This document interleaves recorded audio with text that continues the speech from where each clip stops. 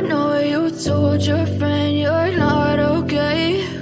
And tell me what's wrong and why you never said you felt that way. And guess you're trying to stay strong and fake a smile until I look away.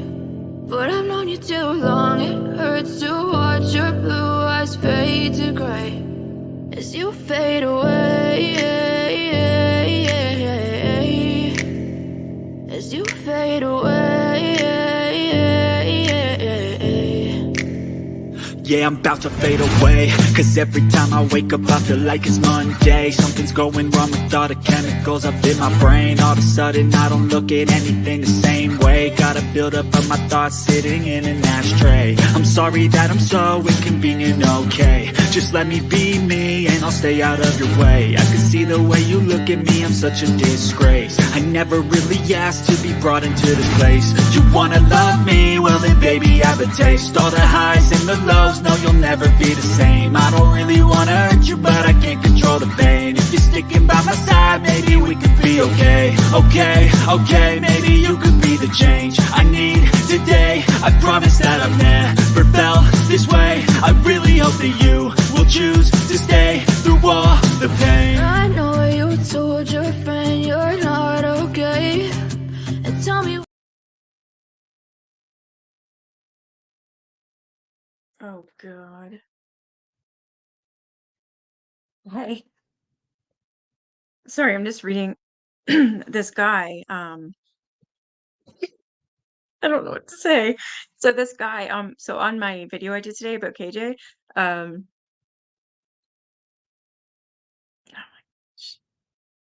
one of my subs said, Merry Christmas. So I was about to say back Merry Christmas, and then this guy is like, I'm looking through your profile. I have not been able to take my eyes off you. Been staring for a couple of minutes, but it's just not about the fact that you're a beautiful woman. My very being accepts your person. You seem like a nice person. I am a simple and serious Christian. I think you get the gist of it. Um,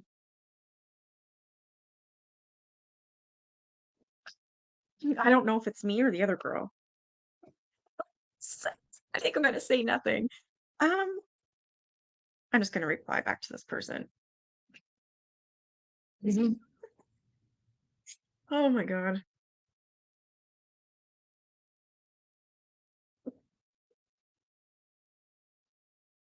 I've had someone do that to me before. Yeah, it sounds creepy. I would love to get to know you better. And that should only be when you're single, because I don't want to come into any relationship, such as I don't want anybody to come into mine. I believe to hear from you. What do you mean? You got a relationship and here you are hitting on one of us? The hell? I don't know which one he's talking about. And I really don't want to out the person. Sorry.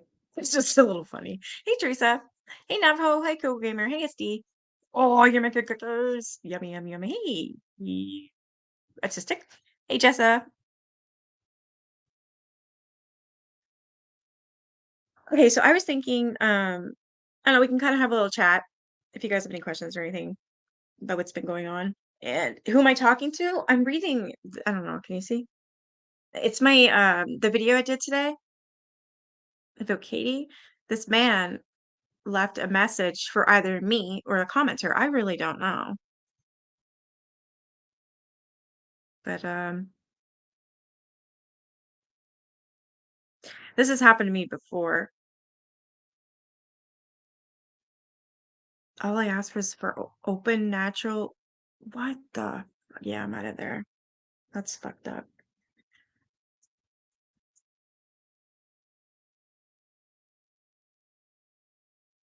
This is not going to be okay. Oh my God. He has a slight concussion and major whiplash. Oldest daughter, I'm still waiting on her as she just went for a skit. What? The driver ran a red. Imagine that. I am so sorry, girl. I'm sending good vibes. This is wow. You want me to read again? Okay, I'll read it from top to bottom. Hello, dear. I'm just looking through your profile. I have not been able to take my eyes off you. Been staring for a couple of minutes, but it's not just about the fact that you are a beautiful woman. My very being accepts your person. You seem like a nice person. I'm a simple and serious, I'm a simple and serious Christian man, fun to be with, and more. No bluffs. And I am very much aware of the fact that sincerity is hard to come by. All I ask is for open hearted discussion and natural way of sharing interests, beliefs, likes, and all life has to offer with time. I mean every word in this message with sincere and genuine intentions. I would love to get to know you better. And that should only be when you're single, because I don't want to come into anyone's relationship, such as I don't want anybody to come into mine. I believe to hear from you. Okay, he's hitting on her, not me this time.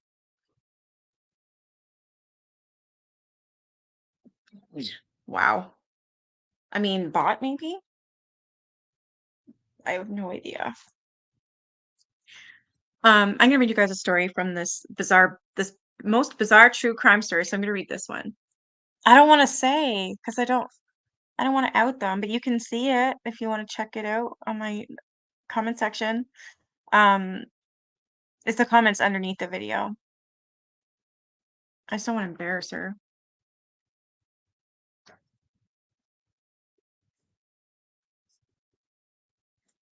All right, so this story here. No, yeah, like it's the video I did today, and one of my subs commented and said Merry Christmas to me. And then this guy just completely nobbled her, and she has not responded. Yeah, he wears his heart on his sleeve, man.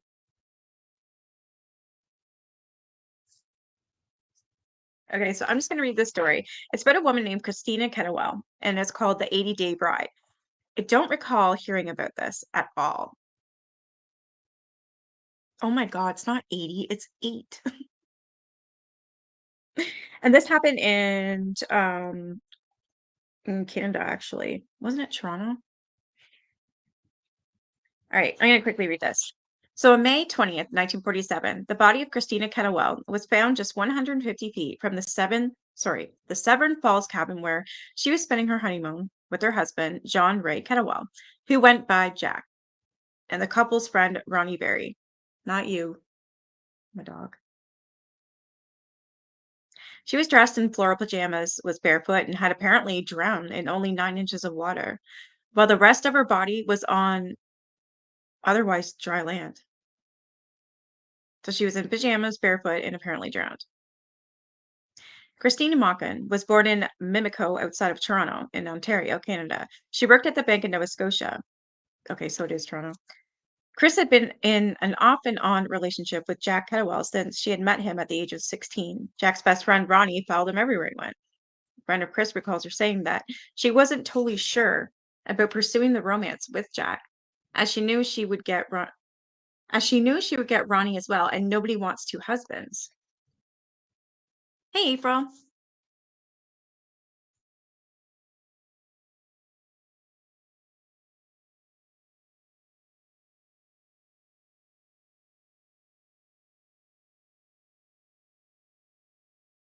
Yeah, I'm not responding. I just responded to the person, my sub, and I said Merry Christmas. While Jack was stationed overseas during the war in the Royal Dental Corps, Ronnie looked after Chris, taking her out on dates just like Jack would. Chris's family assumed Ronnie was also in love with Chris, but she insisted they were just close friends. Chris's family disapproved of her relationship with Jack. They were from a strict Polish Catholic background and didn't want Chris marrying someone who wasn't of their faith. On May 12th, 1947, the two eloped to avoid scrutiny from her family. After spending a few days at an apartment in Toronto, shopping and celebrating, they got into Ronnie's car and he drove them to his 5-room cottage in Severn Falls. Ronnie said he initially didn't plan on staying, but he thought Chris was acting distant and agitated and worried that something bad might happen if he left the couple alone. Okay. Ronnie was down by the water on the evening of May 20th, 1947. There are two conflicting accounts of what happened. When he returned to the cabin, one says he arrived to find the cabin on fire and went inside to find a delirious Jack, confused, apparently drugged, having suffered a head wound, with Christina nowhere to be found. The other account says Christina was in the room at the time, but wouldn't answer when Ronnie asked what had happened to Jack. He then picked up Jack, took him outside to treat his wounds, and then noticed the cabin was on fire. How do you not? Huh? So the other account is saying Christina was in the room at this time, but would not answer Ronnie about what happened to Jack. He picked up Jack, took him outside to treat his wounds, and then noticed the cabin on fire. He said he went back to find Chris, but she was no longer there. Either way, Jack was injured. The cabin was on fire, and Christina had disappeared. Major Lawrence Scardfield, first responder to the fire, went down to the river to get buckets of water and didn't see Chris's body in the spot where it was found hours later. Jack and Ronnie had gone to the mainland to get Jack's wounds and burns looked at. Once he was released from the hospital, Jack was questioned by police for 3 hours. Ronnie, on the other hand, was questioned for a whopping 13 hours and had produced a rambling 3,000-word statement by the end of it. An inquiry was launched to investigate the death and the potential arson of the cabin. Press coverage was massive, and Jack and Ronnie became unlikely celebrities, even signing autographs outside the courthouse. Can you imagine? Ronnie spun the same bizarre tale at the inquest that he had told the police. He said that Chris was suicidal, even wanted to kill Jack if she couldn't have him. He produced 3 suicide notes allegedly written by Chris. The first was written on Easter Sunday, 5 weeks before the elopement. It was addressed to Ronnie and spoke of attempting to poison herself due to the uncertainty of receiving a proposal from Jack. It continued, "This will be the best way out, as I cannot bear to see another girl have him." The second note, also addressed to Ronnie, was allegedly found at Jack and Ron's apartment after he had walked in on Jack and Chris unconscious and unable to be roused. Ronnie said he was able to get both of them to vomit the poison up, and then the 3 of them went to the cabin for a week to recover. The second letter read, "They came home first and then decided the pain got too bad. My husband had a full-size GMC truck and the other driver a car. She still left lots of damage to the truck. She hit driver." Oh my God. Yeah, it's a good thing he wasn't in the truck. I'm afraid it would have been much worse if he wasn't. I know, I agree. Dear Ronnie, I guess when you read this letter, things will be kind of changed some. You stopped me from doing anything the last time, but this time you won't know anything until it's all over. I hate to do this to you as I know the spot it will place you in and the explanation that will have to be made. No kidding. I feel like a heel placing you in a predicament as you've been better than a brother to me. But what can I do? When you love someone, you really love them. And I know there is no one for me but Jack. And if I can't have him, I don't want anyone else to.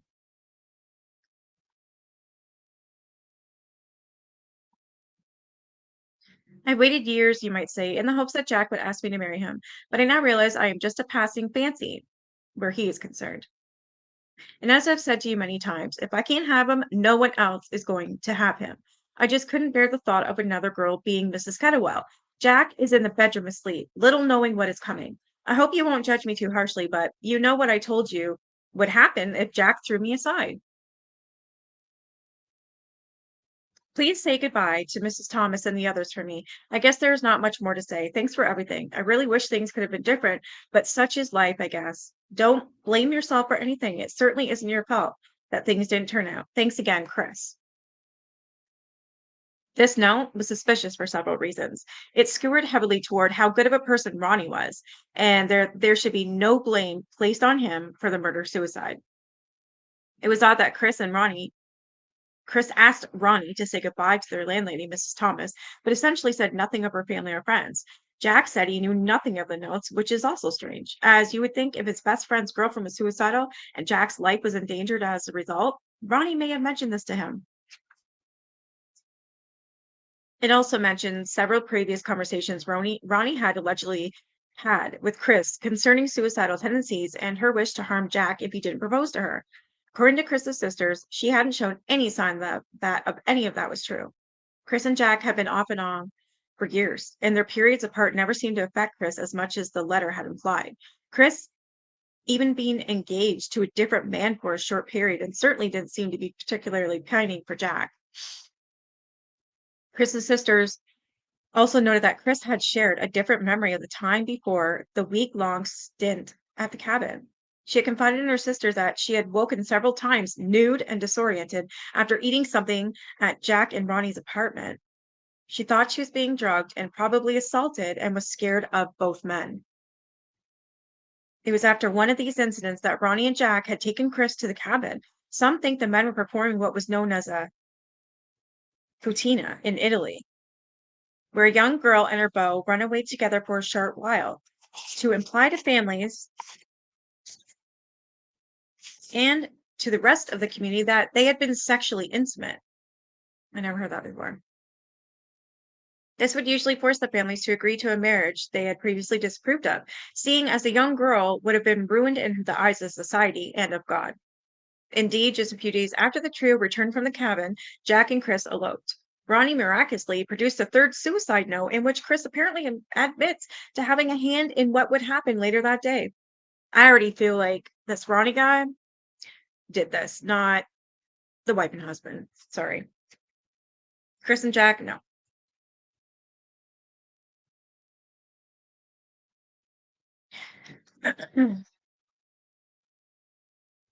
So it says Ronnie miraculously produced a third suicide note in which Chris apparently admits to having a hand in what would happen that later that day. Ronnie said Chris had written in the afternoon of her death and had given it to him to send to Mrs. Thomas. This final note read, Ronnie is on the boat outside somewhere. By the time he gets back, everything will be all over with. He must have been afraid something would happen because he is still staying an extra day to make sure we get back to Toronto with him. Again, this note paints Ronnie as a caring person, explains why he was still at the cabin, even though it was supposed to be his friend's honeymoon, and once again absolves him of any guilt or suspicion for whatever it is Chris is admitting to doing. Crown prosecutor C.P. Hope called Ronnie a liar of the most blatant kind, whose sinister figure permeates the whole of this tragedy, but whose purpose and design are shrouded in mystery. Ronnie's purpose, as it turns out, may have been insurance fraud. He had fallen on hard times financially. His businesses were failing, and he was taking loans from anyone who would give it to them. Insurance policies of $5,000 each had been taken out on both Jack and Chris's lives.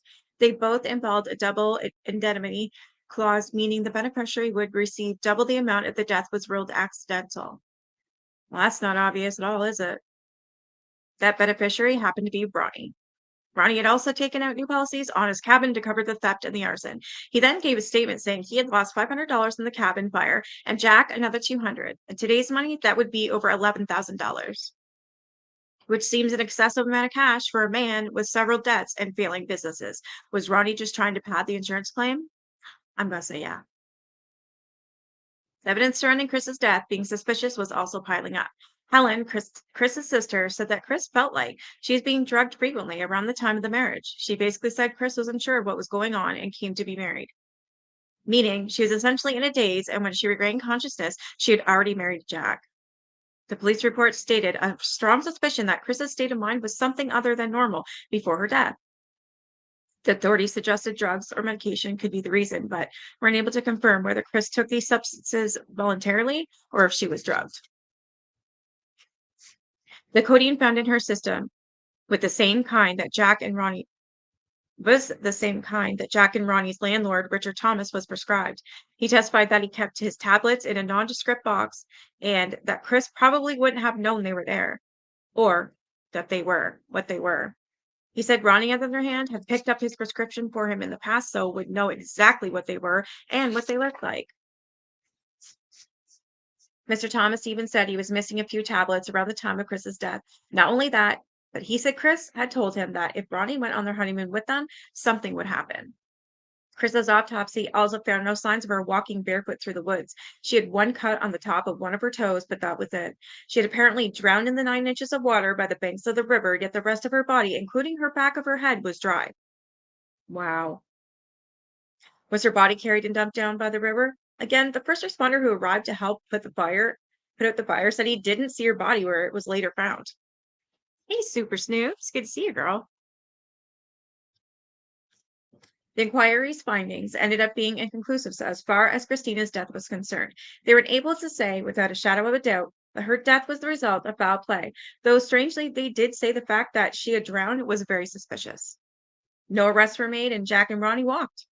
Jack remarried 3 years later and started a family. Ronnie moved to the USA in 1956, and nobody, not even his closest confidant, Jack, ever heard from him again.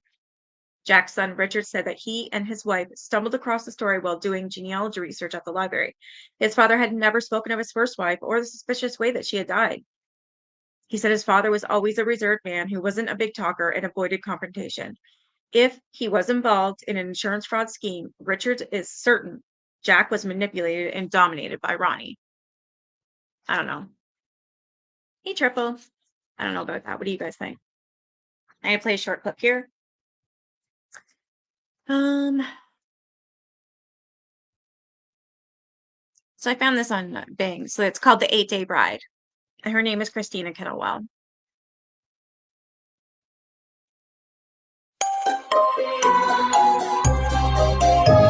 Believed that their daughter Christina would marry a fair and honorable man, if not rich and influential. She was beautiful after all. But when they met the man I've never seen this channel before. Like, that's a damn clip. she was dating, named Jack Kettlewell, something was very off about him. Maybe it's the haircut, or maybe he's just too pretty. No, maybe it's his best friend Ronald, who's always standing too close. Wherever the couple is, Ronald's there. It's not like Christina is running out of options. She probably had a dozen other suitors. But the girl was head over heels for Jack Kettlewell. No wonder she agreed to marry him right away. But only 9 days after their wedding, she would be found dead near her husband's best friend's burning cottage. Hey, my name is Detective Maple. If you like true crime stories and unsolved mysteries, hit that subscribe button because I'm here to bring tons your way. So drape your blanket over your head and let's get spooky.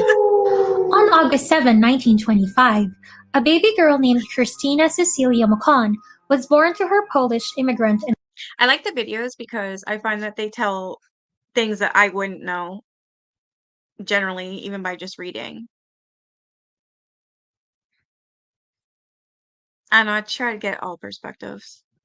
Devoutly Catholic parents, Casimir and Mary McCon. She grew up in Toronto, Ontario, and took up a job at the bank where she was said to be an ideal employee. When she brought home her then 26-year-old boyfriend, an Army veteran named Jack Kettlewell, the parents right then and there were shaking their heads.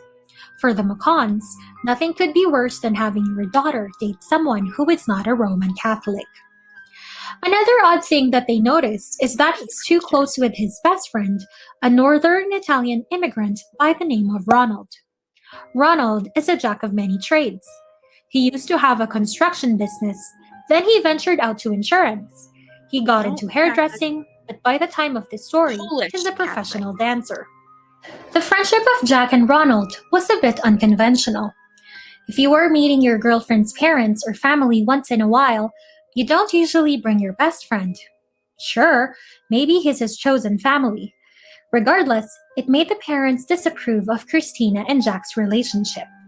Despite her family's nagging, 22-year-old Christina was in love, so they decided to get married. If you look at the photographs of Jack Kettlewell, he looked like a perfect match. So I'm going to see what channel is it. So this channel is called Telltale. Never heard of them. Match for Christina. This could have been a happy ending. 2 young people got married, probably started popping out children soon, raised them, and retired. Like any other newlyweds, they go on a honeymoon for the usual things, to take advantage of their burning love and get to know each other on a much deeper level. The destination? That isolated cottage owned by his best friend Ronald that's only reachable by boat in Severn Falls, Ontario. But guess who decided to be the third wheel? Give it up for... I love you too, Deb. That's what I said, Teresa. Baby toes! Ronald. To him, why shouldn't he? He owned the cottage after all, which is a nice gift to the newlywed couple. But being there all the time is either telling the two that 1, you don't trust them with a property, or 2, you wanted to fit yourself into their marriage so badly. One afternoon, after sunbathing by the Severn River, Ronald goes back to his house. Hey, Deb, do you want this puppet? Or you just want dolls? Haunted dolls. At about 6:30 p.m., only to find it engulfed by fire. He managed to enter the establishment and find his unconscious best friend Jack. Christina, on the other hand, is nowhere to be seen. Later that day at 9 p.m., her body would be found face down on the riverbanks, 150 feet from the cottage. The initial autopsy did not suggest any signs of struggle or foul play. They would later detect the drug codeine in her and Jack's system. Despite the water only being 9 inches deep, her official cause of death would be drowning. Ronald provided I don't think it was injected from what I read. It said that it was in their system, but they don't know if they took it voluntarily or not. So I don't know.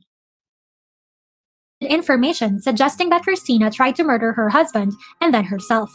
Aside from his account that she was acting moody and emotional on their honeymoon, he had 3 letters from Christina to prove it.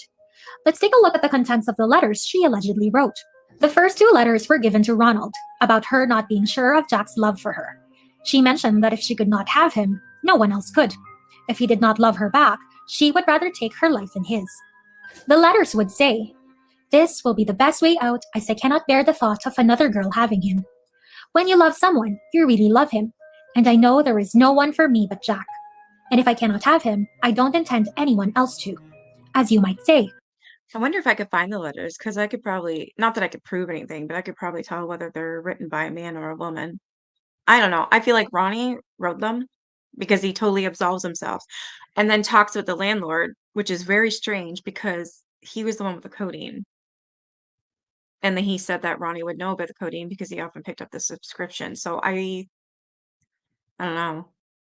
I'm wondering if Ronnie was alone in this or if the husband was involved as well for the insurance scam. But Ronnie was the only one that had life insurance policies out on them, like in the cabin and everything, which is messed up. So that's what leads me to believe that he was the one who did it. And then left and everything because, yeah, he's guilty. I waited in the hope that Jack would ask me to marry him, but I now realize that I might just be a passing fancy." The third letter, containing a cryptic message, was sent to Mrs. Thomas, the landlady of an apartment the Kettlewell couple briefly stayed at. It said, "Ronnie is in the boat outside somewhere. By the time he gets back, everything will be all over with. He must be afraid something would happen because he is staying an extra day to make sure we go back to Toronto with him." When these letters were turned into the police, it was examined by handwriting experts to determine if these were authentically from her. They stood by the fact that it was indeed her handwriting. Today, the credibility of handwriting analysis is not that possible, much more in the 1950s, so there were still doubts if she actually wrote the letters herself. But a more doubtful fact is that according to Ronald, all of these were given to him. Even the letter addressed to the landlady, who he barely knew by the way, was sent to him by Christina to mail it out himself. And suspiciously, as the house was burning, Ronald made sure to keep these 3 letters out of the fire, which so conveniently happened to be the only explanation for the incident. As he was the first to find the scene, and possibly because of the odd behaviors and choices of Ronald Barry, the police brought him to the station for an interview. He denied any involvement in the crime, but the police had good reasons to suspect him. For one, before their wedding, Christina and Jack both took a $5,000 life insurance policy. This would even Happy Friday, AH, and Merry Christmas, everyone. I'm thinking I'm gonna just make a couple more videos tomorrow. I'm just gonna make it a video day. I'll put one out and then I'll make it for a few days after because I am going to my mother's on Christmas Eve to spend the night, and then we're gonna all open gifts together as a family. This is a first, so this is gonna be interesting. Hopefully, it'll be fun. I think it will be fun. I think I'm probably gonna be drunk for 2 days. Yeah, I am gonna be drunk. I know I'm gonna be drunk for 2 days. So I'm gonna start Christmas Eve. Staying at my mother's, wake up probably half drunk or hungover, start drinking again. My son's leaving, and thank God he's 12, so he might have to put his mother to bed. Doesn't take much anymore, I tell you that. Yeah, it's always great with family. be doubled if the death or deaths were accidental, which, side note, is a very odd promo for widows. Ronald, on the other hand, is not married, but he took out a $5,000 insurance on his property with Jack as his beneficiary. So, if Christina or Jack die accidentally, try guessing who would get the payout of a whopping $150,000 in today's money. You guessed it, That Ronald. was Too 11,000. conveniently, That's annoying. I'd like things to be truthful. Where's that 11,000? I swear it's 11. And 200 for the other one, right? Yeah, insurance. No, she's right. 5,000 each. because of something or someone. The cottage burned down, Christina is dead, and Jack nearly died. In his inquest, Ronnie mentioned that he had gathered money from his friends amounting to $12,000 to lend to Christina Kettlewell in 1946. This is to silence the 5 men who were trying to blackmail her about her own assault, like she was the one who's supposed to be ashamed. You know what? I probably will. Oh, I haven't done a drunk live since my birthday last year, which was March 1st. Yes, I have. I have. Yeah, the missing 401. He's a former cop who discusses people going missing under. Yes, it's really good. It is because I was watching the one. Did you hear about the one where it was like the young boy? He walked away from his family in the woods. They were camping or something. And he ended up going to this cabin. He saw like his dad and his uncle, and they invited him in to eat dinner. And he ate with all of them. His parents finally found him, and he was missing. I can't remember how long he was missing, hours and hours or days, something like that. And they're like, "Where have you been? We looked for you." And he's like, "I was just with you, Uncle so and so. When I was with you, we just ate dinner." And like that's not what happened at all. It was crazy. I wish I could find it and I could show you guys. Hey, Stephanie. Theories suggest that Ronald killed Christina to get his money back. Other theories suggested that the three were in a polyamorous relationship, which may be acceptable nowadays, but very unusual in the 50s. Did Ronald Barry get jealous enough of Christina that he was willing to kill her? People have speculated that the letters that Ronald said were from Christina were actually fabricated by him and reflected his feelings about his and Jack Kettlewell's relationship. Number one, he loved him so much that he could not bear seeing him with another girl. And number two, if he cannot have him, no one else could. So he started building the twisted narrative, setting up Christina to be the jealous, homicidal wife instead of him. That is also why Christina was found without her wedding ring, and it would never be found. As for Wow. Jack Kettlewell, who survived the incident and was questioned by the police, He's cute. Whoa, this guy's eyes look really messed up. But he's definitely cute. he allegedly admitted to having a romantic relationship with Ronald. He would later deny this, saying that the confession was coerced by the police, but admit to it again later on. Wait, what? Again later on. With Ronald. He would later deny this, saying who survived the incident and was questioned by the police. He allegedly admitted to having a romantic relationship with Ronald. He would later deny this, saying that the confession was coerced by the police, but admit to it again later on. Oh my God. So it was a threesome, like a throuple. I didn't know that. Why didn't it say it in the damn book? Now I don't know about the insurance or anything. I love eggnog. Same. Yeah, it always makes me feel paranoid. If he and Ronald loved each other, why would he marry Christine? I drank way too much freaking coffee today. So I'm gonna play this and I'll be right back. I do the poem. Knowing that it could cause trouble? I guess we'll never know. There were also speculations that the three of them initially planned to fake death and burn the house for insurance. That's why Christina wrote these suggestive letters to Ronald and Mrs. Thomas. They would move to a different city or country with the money and start a new life thousands of dollars richer. However, somewhere in the middle of the planning, the two men decided to turn against Christina and proceeded to actually kill her so they would only have to split the money among themselves. While Ronald and Jack were suspicious in the police's eyes, there was no DNA or physical evidence because the crime scene was burned to the ground. Because of this, Christina's case went ice cold. Meanwhile, Ronald and Jack were having the time of their lives signing autographs in the inquest in Bracebridge, Ontario. Jack will remarry years after Christina's death. He would never mention Christina to his new wife because imagine telling your spouse, "Hey, I'm actually married before, but my first wife either tried to kill me, killed herself, or was murdered for fraud. What do you want for lunch?" Their child, by the name of Richard, would marry a woman by the name of Sharon. Decades later, Sharon would learn about Christina Kettlewell's case while reading about their family history, but she would never mention this to her in-laws. As for Ronald, he moved to New York and disappeared without a trace. Christina Kettlewell's death and its endless possibilities of hows and whys has puzzled the public for decades. Whether she perpetrated her own death or was a victim of a heartless crime, we will never know. Do you think Christina was a possessive wife who became unhinged as she and Jack struggled with sobriety? Or was she a naive pawn to the schemes of people she trusted? Let us know what you think in the comments down below. In the next story, Ali Akbar was not your typical seller. Oh, I'm sorry.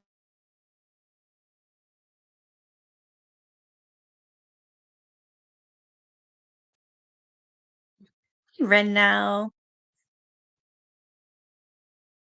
Can you imagine? I was married before and I have murdered her past the peas. Yeah.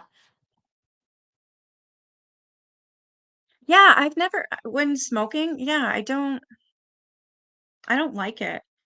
I just don't like the feeling it gives me, but I can do the edibles, like the ones that my aunt makes me because it does help for pain and it actually works. Um, but yeah, I'm not one to smoke pot, but if I'm drinking, say if I had like, I don't know, like 3 beers, I'll have like 1 or 2 puffs and yeah, that's good. Oh, also, before I forget, it is rumored and being rumored that um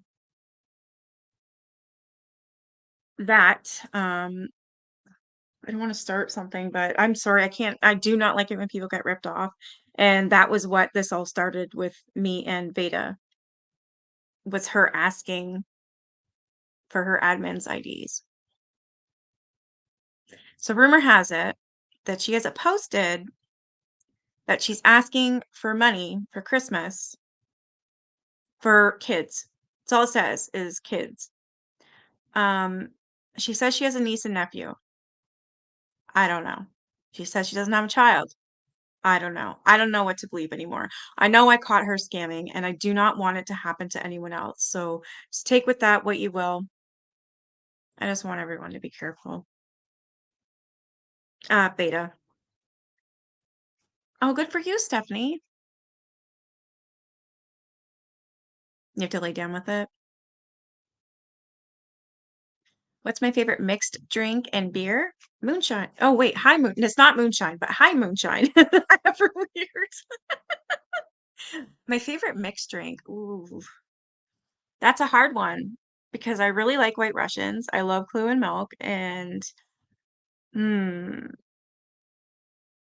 beer, Coors Light, margaritas. The thing is, White Russians and margaritas, I can only ever have one. My stomach hurts so darn bad from that. I can only ever have one. That's it. As for I'm lactose intolerant, so of course my favorite drinks include milk. Those ones, they just make me puke.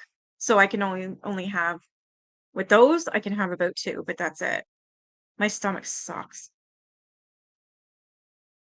Kahlua and orange juice. Isn't that like I think that's what my mom used to call B-52s. Isn't that what that is? I had a shot of that. They sell them at the liquor store and they're in there's like two sides to them. So one side would be the orange and the other part would be the Kahlua.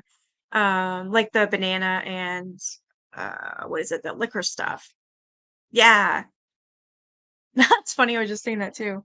Um, oh my God. Sambuca.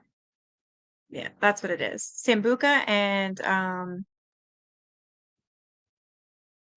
Jägermeister. Tootsie Roll.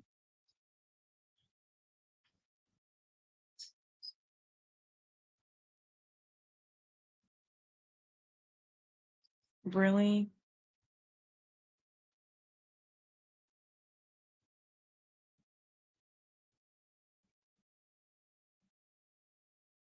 Okay, I just got confirmation that it was posted.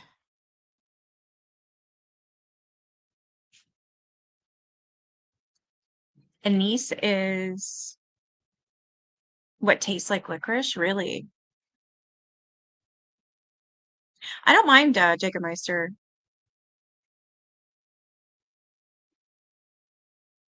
My favorite is anything that is liquid, depends on my mood. Um, I was just telling people that to be aware that there is a rumor is going around. I didn't know if it was true or not because I haven't seen it. That Beta is asking for money for kids. She doesn't have kids though, right? I thought she had a niece and nephew, but with all the lies she tells, I don't know it's true. I just want you guys to be aware because I did catch her scamming admins, trying to. So I just don't want anybody else to get help. What did I call it? Yeah, it's Jägermeister. And there's also Sambuca. It's like the same thing. They taste the same. Oh, I miss those. I love those Girl Scout cookies. They're so good. I love them. They don't have them anymore. We don't get Girl Guides anymore. All right, there was something I wanted to show you guys as well. I don't know if you guys ever heard of this before, but it's pretty cool. That's not it. Shit. Where's the Christmas ones? I thought, oh, okay, I guess that's Christmas. You guys ever heard of this channel? Watch anything like this? This guy is more. I like watching him. He animates all his work. It's awesome. Like it's all horror stories, but it's like cartoons. It's so cool. There it is. 5 creepy Christmas horror stories. Okay.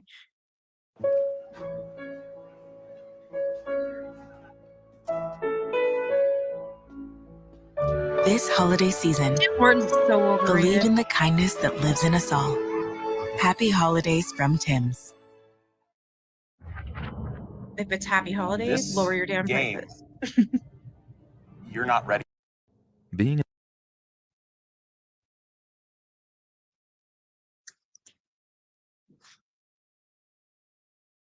Tequila, I can't do tequila.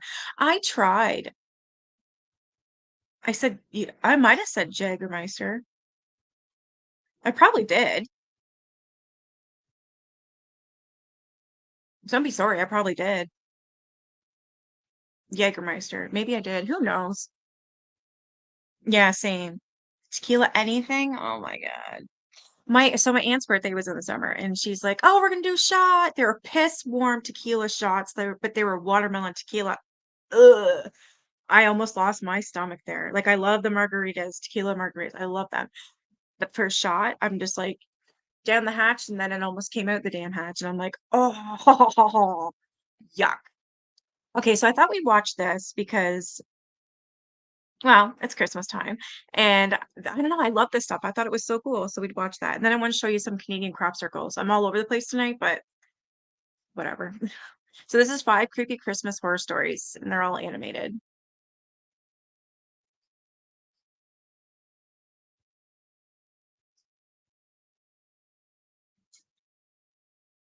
an addict during the holidays can be a surreal experience, and that's putting it lightly. My first Christmas as a junkie was actually pretty awesome, if you can believe it. I was still a weekend warrior back then, limiting my doses to stave off physical addiction, and whenever I felt myself getting a little too into it, I'd wean myself off with Suboxone and then start all over again. But then, as time went by, the small amount I used to do wasn't enough, so just a little got to be more and more. Slowly but surely, it took over my Oh my hobbies, god. work, I don't need to laugh, but holy shit. Look at the needles. What the hell? So he's weaning himself off Suboxone, but surely it took over my hobbies at work. Look at the scars and the needle in his eyes. What the then eventually family, until the only important thing in the world was making sure that I had enough not to get dope sick. I Oh, managed to good. stay functioning for about a year, and by that I mean I managed to hold down a job, keep up with relationships, and otherwise refrain from being a total screw up. But after a bad breakup with the Is it like that though? Like with addiction when it comes like that, I would imagine. Yeah, that's what oh my God. So I have a friend. He calls me Squirrel Girl because I'm all over the place all the time. And then he told me the other day, he's like, I think you have ADD. That would explain a lot. It would, honestly, it would explain so much. I've never been tested, or I don't know what you do if you do, but yeah. Yeah, squirrel. Something shiny. See, I was just talking about something and I don't know. You like your shot with lemon?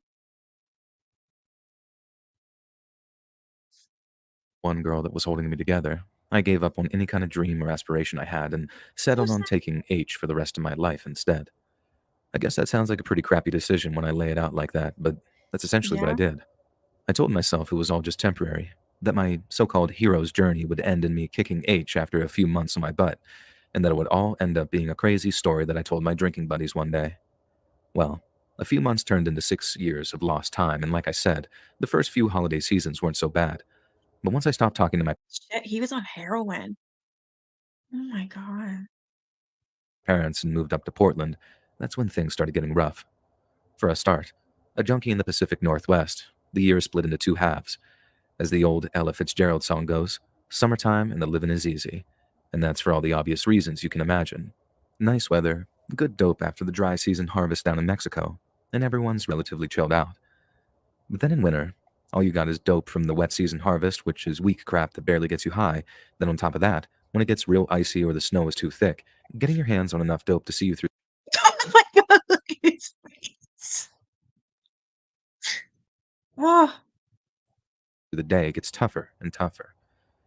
Then eventually around Christmas, pretty much everyone who isn't a degenerate junkie takes a 24 to 48 hour break to sing Feliz Navidad, see their families and eat their turkey or whatever. An experienced junkie knows to stock up before then, meaning people are boosting and selling like crazy in anticipation of their dealers turning their cell phones off for the day. So in the run up to Christmas, I've been squirreling away cash like crazy, and on the 23rd, me and my girl managed to score 15 grams of crappy dope that'd be enough to see us through this next week or so, without having to go out into the ice and snow to score more. We scored oh, they're both on it. Oh my god. in the early afternoon, went back to my apartment, did enough to stop getting sick, then I went off to work for a few hours. My girl I couldn't live like that. Can you imagine having to stick a needle in your arm every day just enough so you don't get sick? Wow, that's a horrible way to live. I'm so glad I never tried drugs. I never got into it, never got addicted to that stuff. My issue was alcohol. I haven't I kicked that habit when I was 24. I'm 39 now. Yeah, I almost died.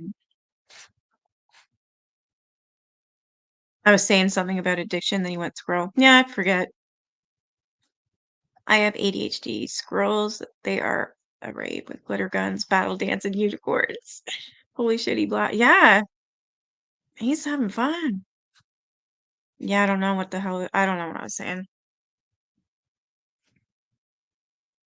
Who knows? Must not have been important. had a job working as a waitress and started her shift like an hour or two after I did, so it was normal that I'd come home to an empty apartment. So I finish my shift. One of the guys from work gives me a ride back home, and I got these tingles of exhilaration knowing I'm about to spend an hour or two in a warm bath, with a few bumps of H to keep me company. Well, I walk in my apartment, flop down onto the couch, At 7-Eleven, we're open 24/7, so you have a one-stop place to shop in the neighborhood. 7's Ease in the Season. then reach under it to pull out the little wooden box that we'd kept our dope in, and I sat it down on the coffee table, flipped he it looks open, crazy. but instead of the 5 little baggies that should have been staring at me, Oh there no. was nothing. He's At the going time, freak. I figured there had to be some kind of mistake. I had all these wishful thoughts, like maybe my girl had stashed the dope elsewhere after she saw the cops hanging around our apartment building or something. Or maybe she poured all the dope into one of the bigger baggies that we had. You'd honestly be amazed at how much people will pay for baggies when they really, really need them, so maybe she'd sold or swapped the smaller ones, then just forgotten to put the dope back in the box. It sounds really pathetic looking back on it. Now she looks psychotic. Look at that face. Shit. Isn't like if you're I don't know if it's like all drugs, but heroin especially if you do that, if you when you go through withdrawals, you can die, can't you? Hey, Lamb Chop. I am so sorry, EH. I'm sorry. Trigger warning. I'm sorry. I didn't. Yeah, I didn't. Sorry. I feel bad now playing this. This-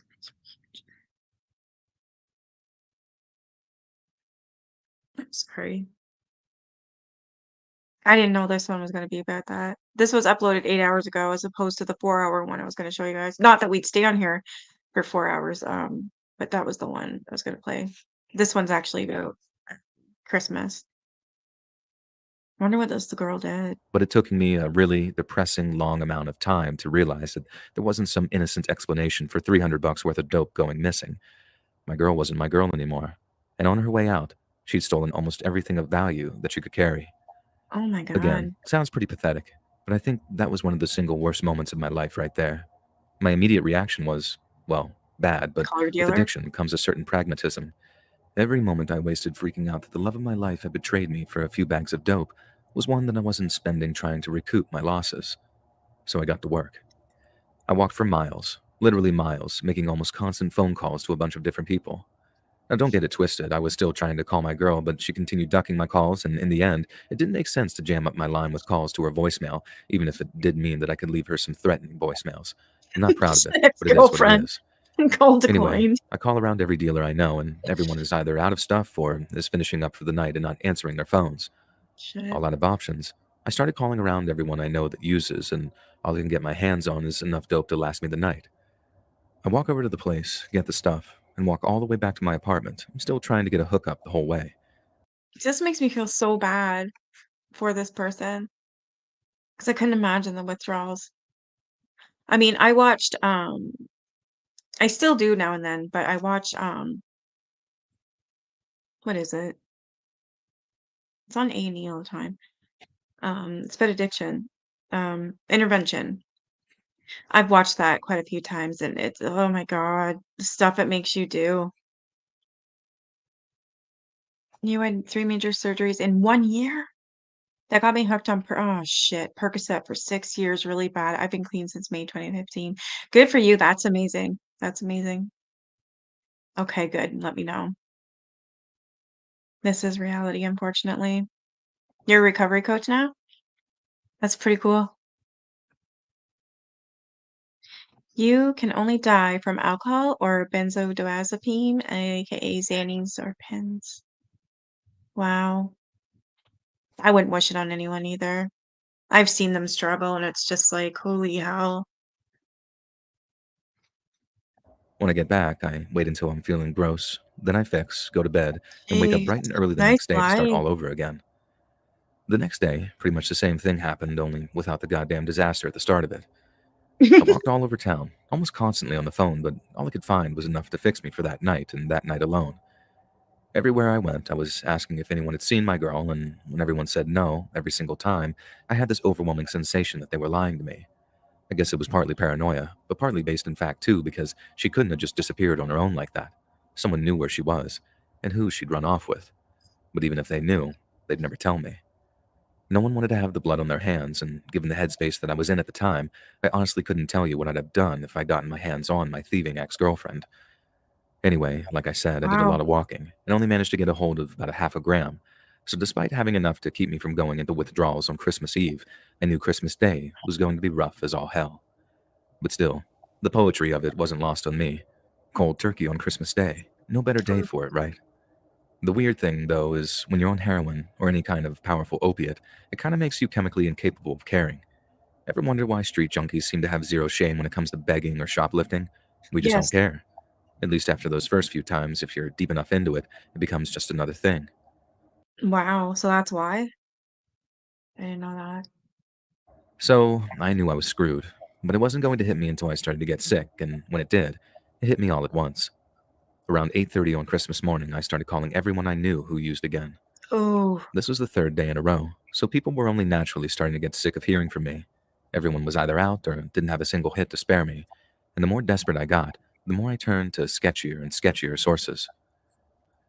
These were people who, for one reason or another, I'd learned not to associate or do business with, and in the case of one of them, I literally had him saved in my contacts as Sketchy Kevin. I worked my way through Sketchy Kevin, another guy I sketchy called Pissy Kevin. Pete, and then finally a guy named Rat Tail, named so because he Oh, wore his hair in a fudge. rat tail like 10 years ago after it got lame to do so. Ew. Udemy Now has I been want a to huge start up catalyst coding. for helping me accomplish my goals. He also partly earned the nickname due to being a complete and utter scumbag, but by noon on Christmas Day, I was relying on that scumbag to score me some dope. Rat Tail said that he'd see what he could do, and would call me back if anything came up.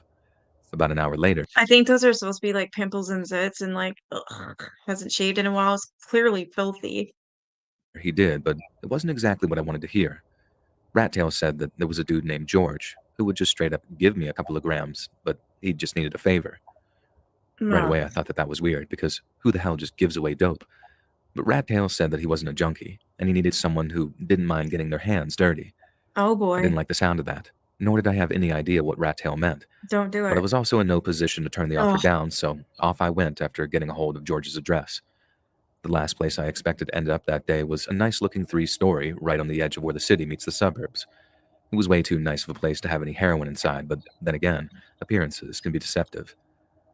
I walked up the driveway, knocked on the door, and some totally normal-looking, well-to-do dentist-looking dude welcomes me inside like I'm some late dinner guest that he'd been expecting. Oh It god, was it's to the not like point where, it is. despite this dude expecting me, I sort of didn't believe that he had the dope to just give away, and I started thinking that he was like a cop or something. I don't know how that had worked Or out, but I pervert. honestly couldn't mentally handle the setup, so I just started asking questions. Where's this dude's family? Did he actually have the dope? Could I see it? And could I fix before I did whatever he wanted me to do? The guy had no problem showing me the dope, and he had no problem if I used a little, if it helped me get the job done. I What's was the so job? desperate by then that whatever it was didn't matter.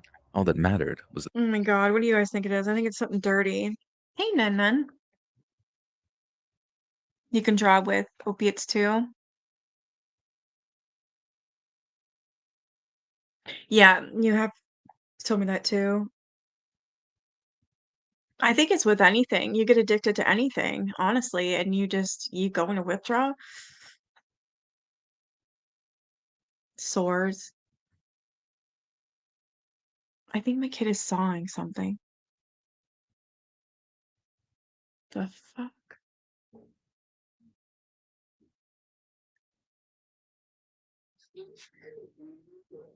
Cookies are done and ready to be decorated. Sweet. Yeah, I'm glad you're back, Nun Nun. the dope. I took the baggie he gave me, went up to the bathroom, and did my thing. Oh, he's All I did smoking? was smoke and snort. Never got into Oh my needles, always hated god. them. So it was a relatively quick process of snorting some and then seeing what the deal was with the task that he wanted. And during that, George leads me onto the third floor of the house and into what he said was the guest bedroom. And there, lying on the bed, Oh, was the fuck. body. The kid looked to be about high school age, and he was just laying on their back, wide-eyed, with all this Oh dried my puke around his god. mouth. I'll never forget what George said to me when I gave him this look of horror. He was 18, I swear. The poor kid's age was the very last thing on my mind in that moment. I had a These are all true, by the way. People send him in stories and he animates them. Oh, that's horrible, man. ton of other questions, and George seemed more than happy to fill me in without me asking. I don't know what happened. One minute we were, then the next he. And that was all he said. Well, aside from the very last thing, which was, I need him gone. I'd rather not go into what happened next. I'm not proud of it, and to be perfectly honest, it's extremely incriminating. You I'd think? imagine George was really George, and I don't know how in the hell he knew a guy like Rattail, but the only thing that keeps my conscience clean is thinking that at least he didn't kill him. If it How was do you just a know? tragic accident that happened, I don't know, somehow, then all I did was help clean it up. At least that's what I told myself at the time. And That's now I'm sick. not so capable of lying to myself that easily. I don't know if the poor kid was ever found, but if he was, it was never linked back to me.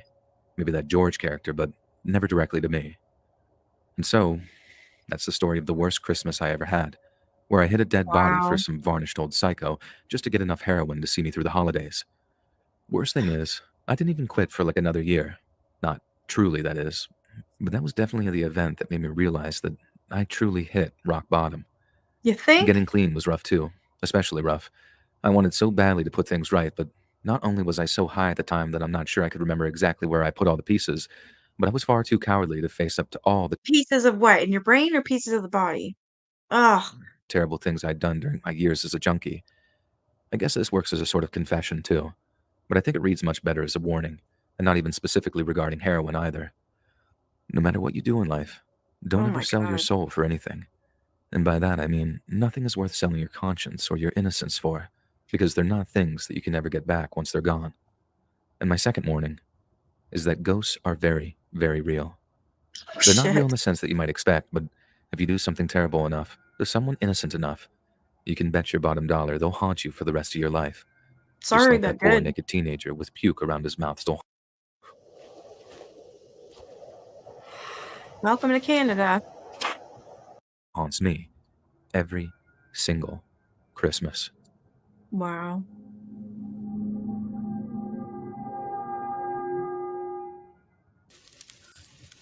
So that was uplifting.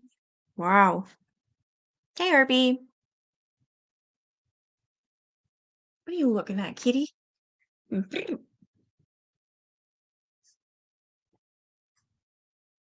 What jaw gives you restless legs? I've had that before. Actually, I seem to get that a lot for some reason.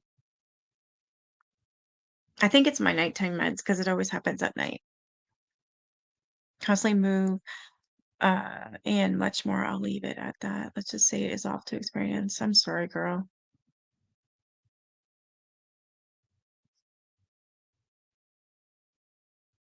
I wish you'd get out for Christmas. Like, damn. Your sister is? Oh my God. That's gonna happen to a family member of mine. I'm in the same boat. They are heavily addicted and a piece of narcissistic shit is what they are. She's gonna end up in prison. I believe it. I'm an elementary school teacher. Winter break just started. I'm feeling super joyful. But before break, some of the kids were talking about their presents and Santa. It got me thinking about when I stopped believing in Santa, which is the story that I'm going to share with you all, because when it comes to finding out about Santa Claus and that he isn't real, I had a pretty uniquely terrifying experience. I loved Christmas. I mean, I still do. But as a child, I absolutely could not sleep on Christmas Eve. I I don't think any of us could as a kid. I remember I'd be up all damn night. I just could not sleep with the excitement. tried to spy Santa a million times. I'd wait for my parents to go to bed, try to sneak out. They'd catch me every single time, except one year. I was in second grade, so probably like 6 or 7 years old. I recall my best friend at school saying something like, pretend to be asleep. Then my parents will go to sleep faster, so sneaking out to meet Santa would be easier. Perfect. So Christmas Eve shows up. I'm riddled with angst, and I remember my friend's advice, pretend to be asleep. And that's what I did. Before Little a Christmas shit. story was even over, I started to act sleepy. I don't know how great my acting skills were, but it was good enough to where my dad said he should just take me up to bed. I obliged and allowed myself to be carried. When my dad left the room, I think I waited just a few moments before getting out of bed and sitting next to the door. I was listening for all the key indicators that the house was sleeping. What I remember most is how long it took. Forever. I actually dozed off, and when I woke up, the house noises had subsided. I figured my parents had been in their room for long enough and decided now I'm going to make my move. Opening my door with such grace, I slid out of the doorway and started my way up to the living room, a combo of tiptoeing and sliding, until eventually I reached our couch. I'm just picturing him as a kid doing that.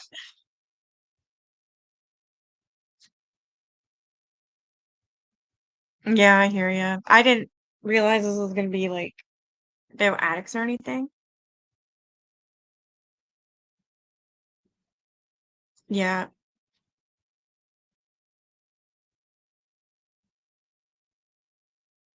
Oh wow. Yeah, you scared the shit out of us. Teresa and I were talking every day, and we're just like, "Oh my god, oh my god." Remember, Teresa, I was freaking out. I'm like, "She's not answering me. Either she's mad at me or she's dead." And I'm like, "There's no way she's mad at me because I haven't. No, she's not mad at me. I know she's not mad at me." And I was freaking out.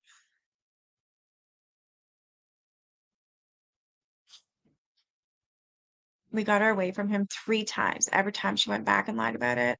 There's nothing you can do for those types of people. I had to realize that. As hard as it is to say, and as hard as it is to acknowledge that, it's the truth. They have to want to help themselves. So am I. Don't be sorry.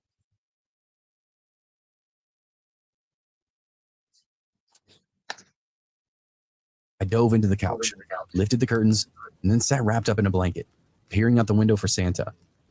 It was snowing, and I could have sworn that I heard sleigh bells, but I wasn't seeing anyone. I had a gut-wrenching thought. Maybe he'd already come. I squirmed out of the blanket and curtains, looked at the tree and stockings, and phew, he hadn't arrived yet. As I maneuvered back under the curtains, I'm shocked.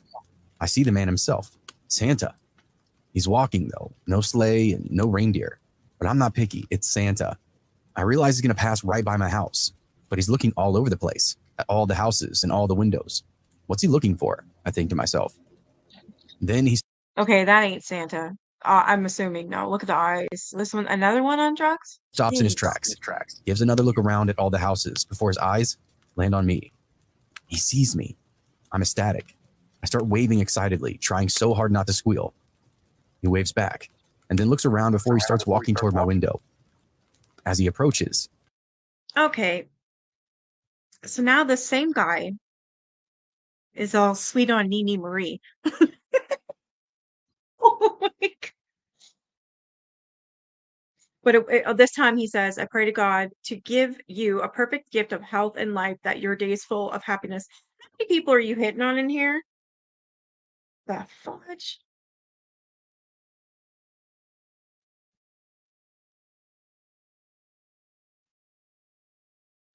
Man, this guy's thinks he's slick. I notice that he's got a bag with him, and I assume it's full of presents. He mouths or whispers the phrase, "Do you want to come say hi to Santa, sweetie?" I shake my head yes. He points to the front door. Yep. I leave the window and walk over to the door, where there's another long window that reaches the floor. I watch as Santa tries to open up the door, but it's locked. I reach for the lock, unlocking the door, and he tries again. From the other side of the door, I hear him say, "Okay." Merry Christmas. Sorry, but I need to leave. Okay, I'm sorry.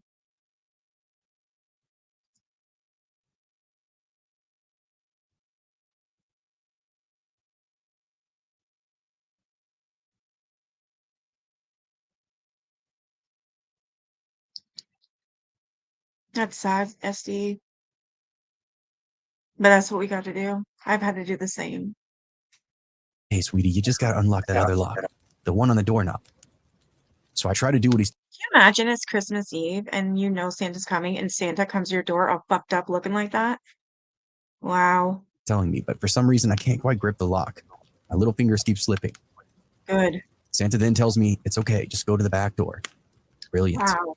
I scoot over to the back door and I wait for Santa. He rounds the corner and the light from the back deck turns on. Santa is fully illuminated. I remember thinking, wow, Santa is a lot younger than I thought he was. Skinnier too. Yeah. The lights seemed to scare him. He almost ran away until he saw me standing there. Then he proceeded to hustle towards the door, telling me and motioning me that I need to be quick.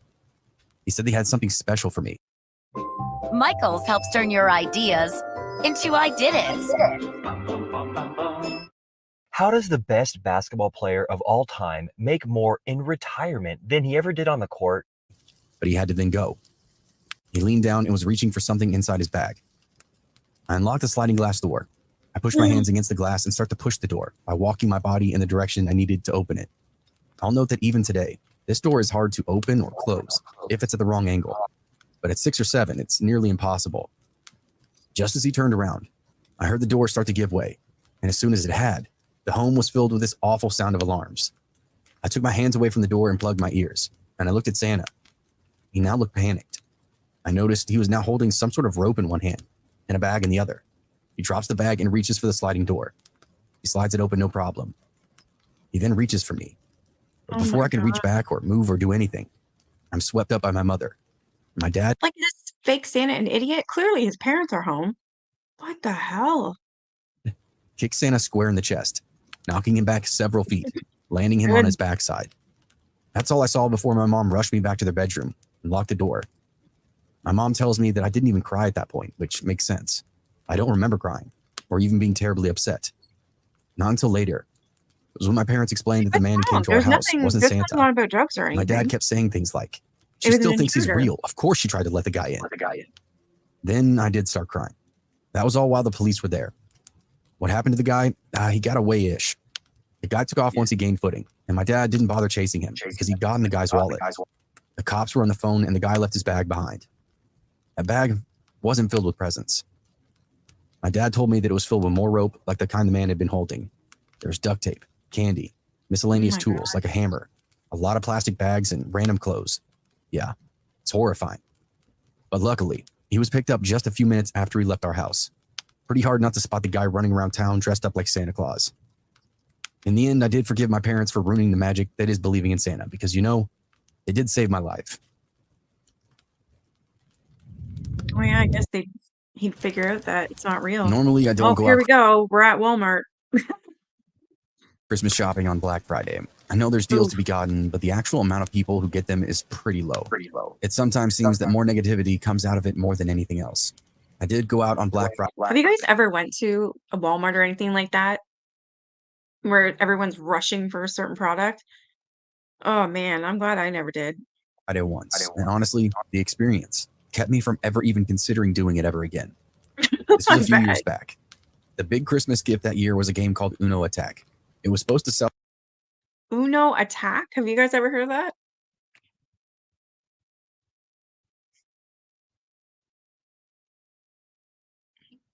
Uno Attack. Pretty quickly. My nephew really wanted one. So I decided for the first time ever to brave the Black Friday crowd and see about getting one. I vowed I avoid waited outside crowds the store too. in line for it to open. The entire time, I kept wondering why people were so fanatical about this. It was cold, and although I was reasonably bundled up, it didn't help that I had to spend so much time not moving. In addition, people were in terrible spirits, which seems to take the spirit away from the event itself. Yeah. Some people would try to cut in line, which only made people already in line crabbier than they were. When the store was getting closer to opening, I noticed that there was someone from the store headed out and talking to each person in line. When they got to me, I realized that he was handing out tickets, indicating who would be able to buy Uno Attack. He asked me if that was why I was there, and I told him yes. What? You had to get tickets? I thought it was always first come, first serve. He told me I'm lucky because I was getting the very last ticket. Of course, this caused some groaning and swearing from people behind me. Went out this year and there wasn't a crowd. It was disappointing. Really? Uno Attack. How did I never hear that? I have a kid. I have to check that out. We love playing games. Although I hated the idea that there would be a lot of children who wouldn't be getting the toy they wanted, I personally was elated. It was until this guy got out of line and walked up to me. He came up immediately after that worker left. He first offered to buy the ticket from me. I told him no, because it wasn't a matter of money. It was me trying to make my nephew happy. He then started telling me that his son really wanted that toy. I countered, letting him know that my nephew also really wanted that toy. When I kept refusing, he started telling me other stories, such as his son was really sick, but I could tell he was just doing his best to make me feel guilty. From further back in the line, a few other people Well, obviously that's going to start a fight. Why would you come out giving tickets to people already waiting in line? There's clearly going to be a fight for that game. began telling the guy to leave me alone. He got into a shouting match with several of them. Eventually, the guy stomped away, but not before No, I telling don't me either, that Rusty. I'll get that toy. I tried to not think about it. I went in, claimed the Uno game, and did some more shopping. I figured that since I'd spent so much time outside, I should try to get as much done as I could. When I was done in the store, I went back out to my car. I put all the toys in the trunk and then walked over to the bookstore in the strip mall in order to get some other items. When I began walking back to the car a second time, I paused when I noticed the man from earlier was leaning on my car now. I began feeling tense, knowing this guy was going to confront me again. He was much bigger than I, but I decided I couldn't let him intimidate me. As I got closer to my car, he noticed and smiled. He reached into his pocket, and I assumed he was reaching for his wallet. But it only took a moment before I saw that it was a pocket knife, and he flipped it open. Wow. I immediately stopped. I couldn't imagine this guy would be stupid enough to try and threaten or stab me in a busy parking lot. But I also didn't want to test that theory. I quickly turned around and ran back into the store that I bought that Uno game in. At 7-Eleven, we're open 24 hours a day, 7 days a week, so that you have a one-stop place to shop. I let the store security know what happened, and they quickly gave me an escort out to my car. The man was gone, but I was still shaken. I was more shaken when I noticed the knife marks on the lock for my trunk. And now my trunk was also dented. There were also deep scratches in my driver's side window. Oh my God, what an asshole. For obvious reasons. I never went out Black Friday shopping again. Well, hell no. When I was a kid, I witnessed a neighbor murder. Let's get check. Back in the day, when certain items were really popular, they would give tickets for the item in an attempt to stop people from bullying and stealing from others who got the item. See, that makes sense, but I would never do it during a lineup. No, they didn't think that through at all. I would never shop on busy days like that. I like to go, when I will shop the day after is Halloween. I always go hit up all the stores, whether it be a pharmacy or a grocery store, and get all the candy that's on sale. Always. And then I'll do that for Christmas as well. Like, I won't go Boxing Day, I'll go the day after. There's still really good deals. I don't wanna be in oh my God, I don't wait in line for what? I'm a poor bitch. I'm not gonna be able to buy whatever the hell that is. His wife on Christmas Eve. I was still at that age where I actually believed in Santa, so when my mom and dad put me to bed, when I was a kid, I witnessed a neighbor murder his wife on Christmas Eve. I was still at that age where I actually believed in Santa, so when my mom and dad put me to bed, I stayed up and stared out the window, hoping to catch a glimpse of him landing on the rooftops in our neighborhood. It didn't take long before I realized that I could see into my neighbor's bedroom. It was dark, and all I could see was the shape of a sleeping person, covered in a duvet, lit up by the light of a nearby TV. Not exactly Skinamax, I'm sure you'll agree, so I didn't feel too guilty about it. and I kept on looking out for Santa's magic sleigh. Suddenly, there was movement in the bedroom across the way, and I looked in time to see my neighbor walking in on his sleeping wife. I try to pry my attention away from the bedroom as he moved towards the bed, but then it's quickly drawn back when I see fast, violent movements in the light of the TV. In the low light, it just looked like my neighbor was hitting his wife. And I know that's bad enough, but all I could see were these downward moving blows and nothing else. So as distressed as I was, all I told my mom and dad when I ran downstairs was like, I think the neighbor's beating up the neighbor mom. My Oh, dad just can you imagine being that young saying that? Oh, bolts upstairs, figuring I'd seen something from my bedroom window. He went up to check it out, but by that time, someone had drawn the curtains.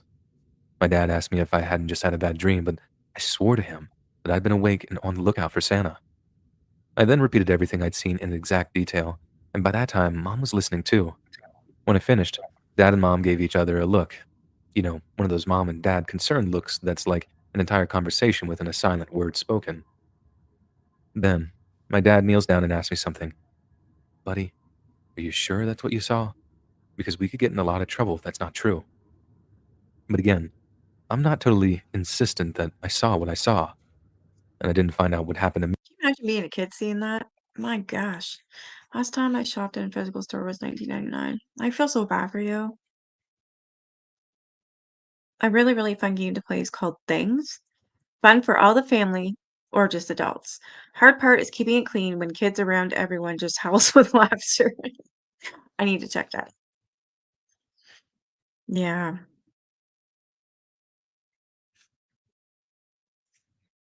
Immediately after that until quite a while later, but as I was actually drifting off to sleep, Mom and Dad were downstairs having a very tense but quiet conversation. Dad, to his eternal shame, was insisting that I couldn't be sure, that the room had been dark, and that I might have even seen them possibly doing something that I shouldn't have, and just not understood what I was seeing. Mom, on the other hand, was steadfast in her better safe than sorry attitude, and told my dad that if he didn't call the cops, she'd take me to my aunt's place because she wouldn't be celebrating Christmas next to a wife-beating neighbor. And that was that. My dad called the cops.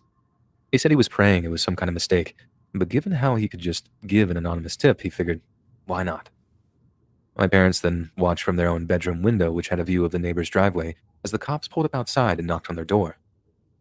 They said it was this nail-biting moment, hoping they'd hear the sound of the neighbor's wife answering the door before being all, oh, good evening, officers, what seems to be the problem? That way, they could just carry on drinking eggnog and watching Jesus Christ Superstar or whatever they had on down there. But instead of that, they watched the cops knock, then knock again, all before they apparently turned on their flashlights and began circling the home. Actually, What woke me up this kind of was sounds hearing, familiar. Sir. Has anybody heard this one before?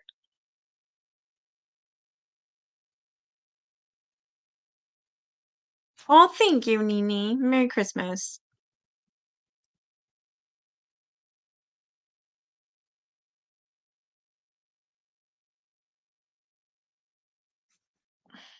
I hear what you mean. That just sucks.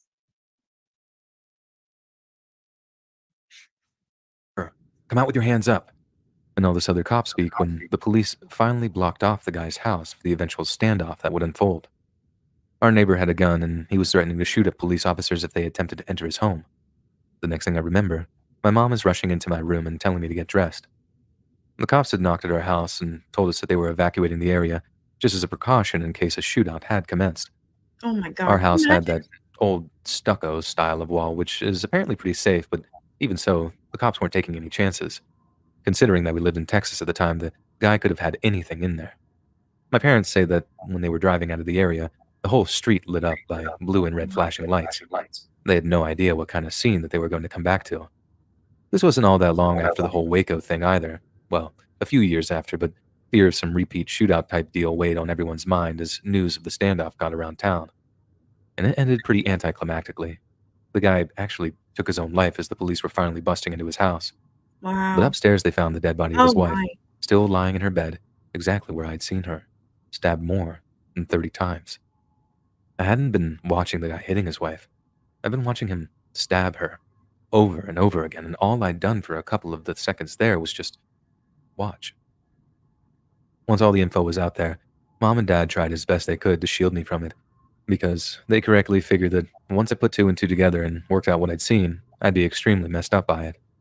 And yeah, it really was. Seeing it screwed me up for a long time afterward, and I didn't grow up out of the general anxiety disorder until my early 20s. I just figured Wow. that if our neighbor could do something so terrible to someone he seemed to love, then anyone could do it. People I'd known for years, people I was otherwise warm to, they could be capable of the obscenest acts of random evil. Just because they looked normal, just because they smiled when they saw you in the driveway in the mornings, didn't mean they were a monster, hiding in plain sight. That's terrifying.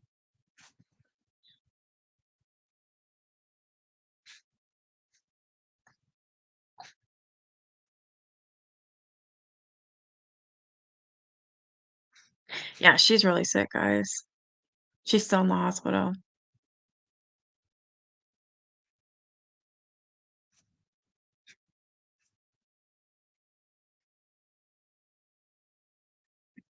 So what do you guys think of those animated stories?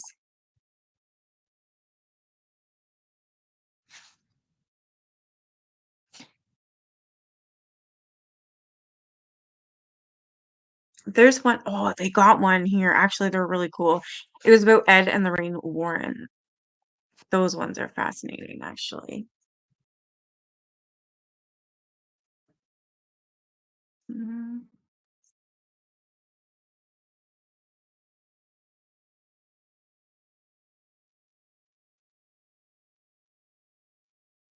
I probably got it saved somewhere. Hmm.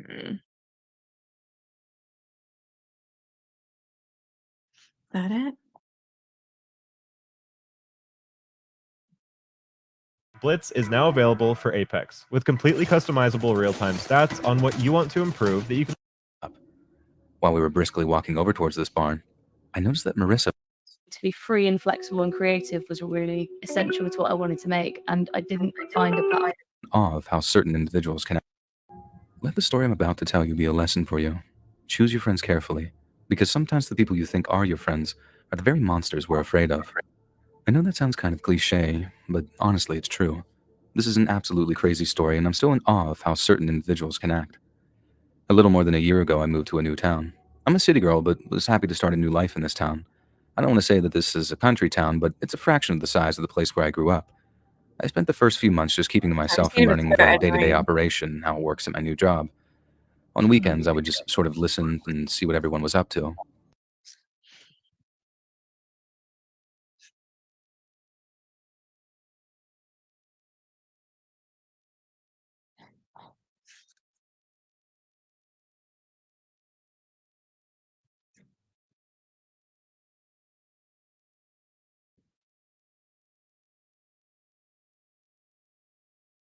Oh, that's it. Thank you so much for coming. Okay, so these will be cool. I'm assuming you guys know who Ed and Lorraine Warren are, right?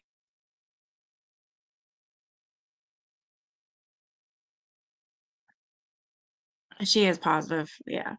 I love her. She's great. So we'll play these. I thought they were. I remember watching this one time. It was pretty cool. Here. We were waiting for you. Thank you for having us. I'm Ed. This is my wife, Lorraine. Lorraine looked They actually tell the true stories of them. It's not all of them, but it's pretty neat. around the property. The moment our car reached near this house, I saw her behavior changed. I could tell from her worried eyes she was feeling something.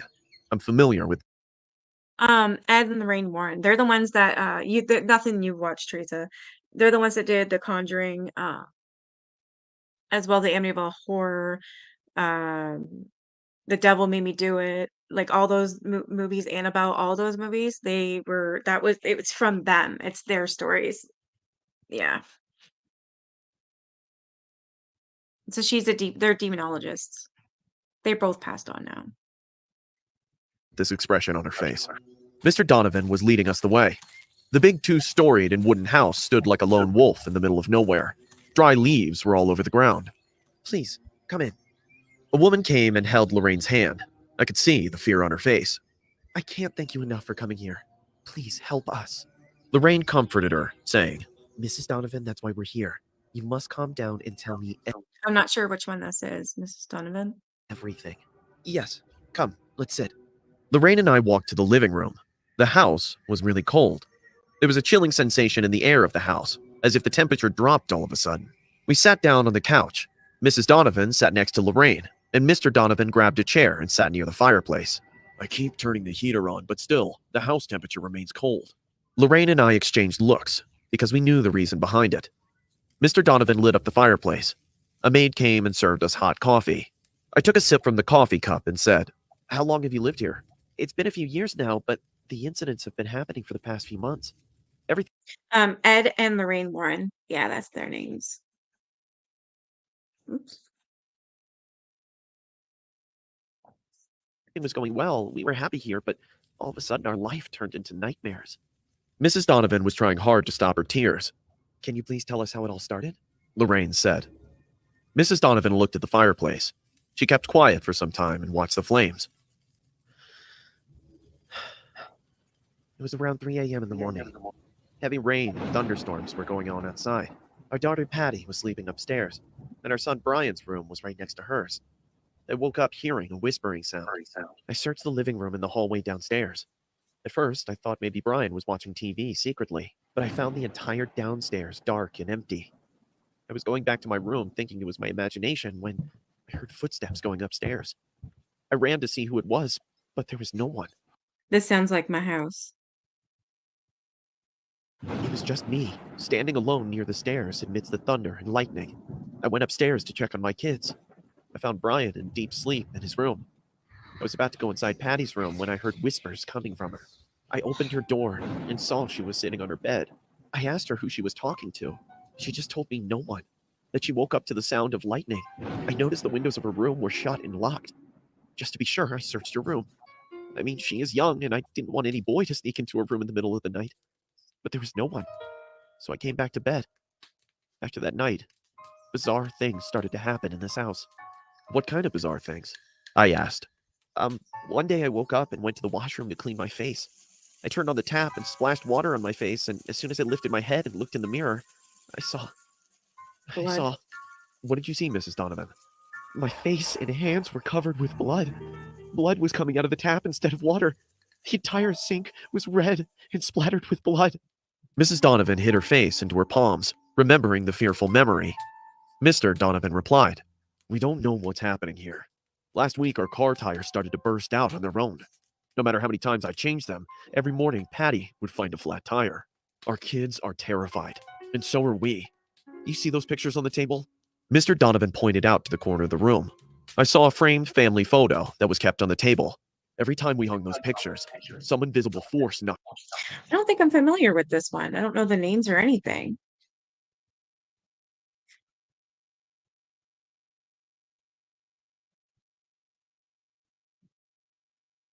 Donovan, Poltergeist was one of the most terrifying cases they ever had. How do I not know about this one? I don't remember that name. Knocks them down. Not just that, our wallpapers come off of the walls for no reason. It seems like someone peels them off vigorously. Furniture moves on its own, and now we are even terrified of our daughter. "What's wrong with your daughter?" Lorraine asked. Mrs. Donovan started sobbing in a low voice. Mr. Donovan looked at her and said in a low voice, "She's changed. Something got into her. Last night we were having dinner. All four of us were sitting at the dining table. Patty was sitting beside me, when she suddenly looked up at the ceiling and froze. She was staring at the blank ceiling for no reason. I asked her what it was, but she didn't say." I was gonna say you mean oh my God, is this the one that's the movie? I've seen the movie, The Poltergeist. Is it that one? They say that was based off a true story too. I don't know if they had any hands in it, but what was that one movie?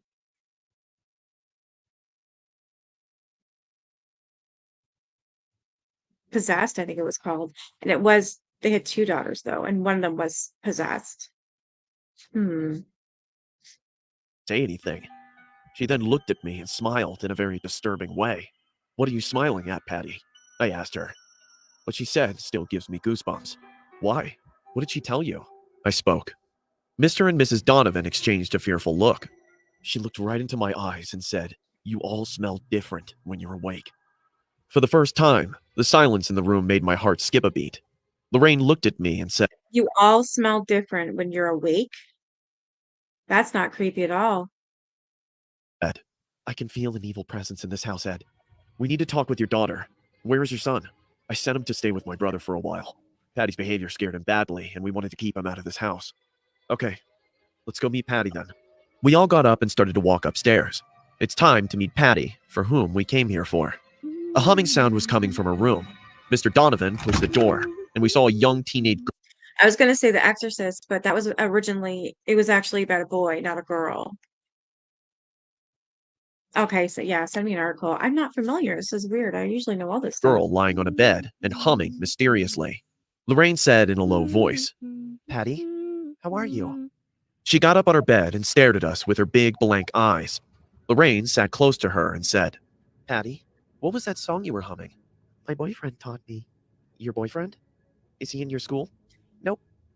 The future of our species is at great risk. Master Chief and the other spa. He stays with me in this house. Really? How did he get inside? I called him with a Ouija board. He told me I'm the most beautiful girl in the world. We were all shocked to hear this from Patty. Captain Howdy. This has got to be it. The Exorcist, isn't it?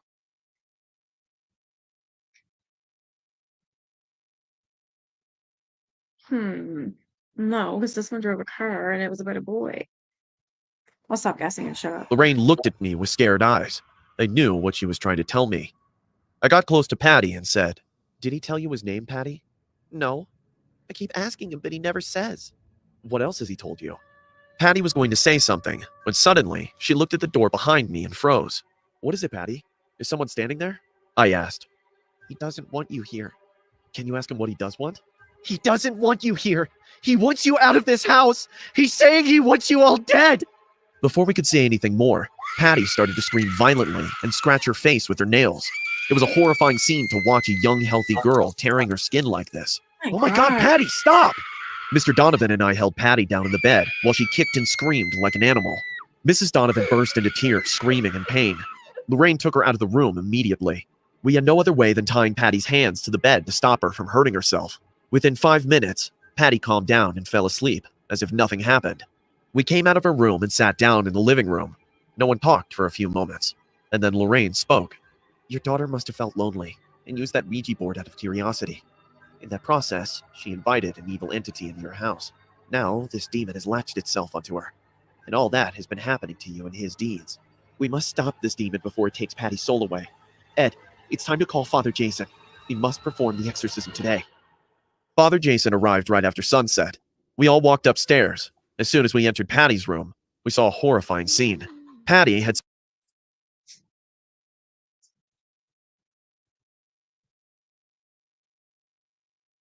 I was reading it too. Yeah, I've never heard of this one. Hey, Jennifer. That's what I thought too, Jennifer, but there's not enough kids involved. The one with the possessed boy. The Enfield was the possessed girl, and then the Exorcist was the possessed girl, which it was actually originally was a boy. I don't know why he looks gray. Maybe because he's older than them, like he's 80s maybe. That's my guess. Yeah, I've never heard of the Donovan case. Nun sent me an article and a video. somehow freed herself and was standing near the window. Patty? Patty, are you all right? Father Jason said in a soft voice. She didn't turn back, but her upper body started to bend towards her feet. She looked right at us with blood-red eyes. Mrs. Donovan screamed and ran downstairs in fear. See, like that? Okay, and Regan, the girl from The Exorcist, that's what she did down the damn stairs. So maybe it is this one. But I always thought that was a boy. Patty laughed in a demonic voice. That night, Father Jason and I fought the devil with all our power. Patty was extremely violent. We tied her to the bed, but she kept cursing us. I could tell the demon possessed her completely and was reluctant to leave. We chanted our prayers. Pieces of furniture were levitating in the air. A chair came right at me, as if someone threw it to harm me, but we didn't stop. The windows were slamming hard. A gush of wind ravaged the entire room, and the demon and Patty laughed, screamed, but we didn't stop. We had to save this girl. The exorcism went on the whole night. Right after dawn, we saw Patty's body being lifted in the air. It was all happening on its own. Father Jason said his last prayer and sprinkled the holy water on her. As soon as he did that, Patty's mouth was wide open, and black smoke came out and drifted away out of the window. Everything fell silent. Lorraine rushed upstairs and said, "Ed, it's over now. We've done it. I can feel it." I believe in Lorraine's ability. I knew she was right. At 7-Eleven, we're open 24/7, so you have a one-stop place to shop in the neighborhood. Seva's ease in the season. Before starting the story, I would suggest you guys to go subscribe to the channel. Every anniversary, Lorraine and I take a trip to southern England to visit one of our favorite haunted locations, the Borley Church. This Borley place is Rectory? utterly haunted, and a do demonic know that spirit from the castle latched itself to Lorraine to some extent. After visiting this church for the first time, Lorraine had sightings of a nun, even in our own house. But before I jump into the entire experience of visiting this place for the first time, let me tell you a brief story about the history of this place. Borley Church is the parish church in Borley, Essex. The history of the church can be dated to the 11th century. Since that time, the story of the Borley nun has become infamous. The story goes like this.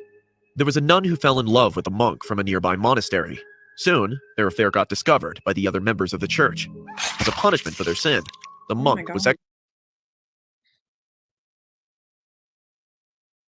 The one with the possessed boy. I know that one too. What is that one?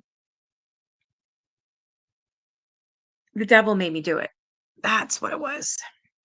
Yeah, because I was just double checking, but it says that the real life story of The Exorcist. It was a case from 1949 where Father William Bowdern performed a series of exorcisms on a 14-year-old boy. It wasn't a girl, but the last one, it reminded me of it. It's not. executed. His head was cut off. On the other side, the nun was buried alive inside the church walls. Oh, I'm sure if you guys have heard of the movie The Nun, right? That's what this story is. That one's pretty. There's The Nun and The Nun 2. I watched both. It came out recently. Also, Beetlejuice 2 is out. I want to watch that. Her remains were later removed and buried in nearby Liston churchyard. Since then, the nun haunts this place. When we came to know about the story, we decided to travel to this place to know if this place is actually haunted or not. I must tell you, we weren't disappointed. It was a long drive, almost about 4 to 5 hours. We rented a small cabin for our stay during the trip. At around 4 o'clock, we reached our destination. We kept the luggage in our room and headed for the church. The church building stood like a lonely person with its old attire. I went inside, but suddenly realized Lorraine was not beside me. I turned back and saw that she was standing near the church door. Her eyes were fixated on the wall nearby. "Are you getting something, hon?" I asked.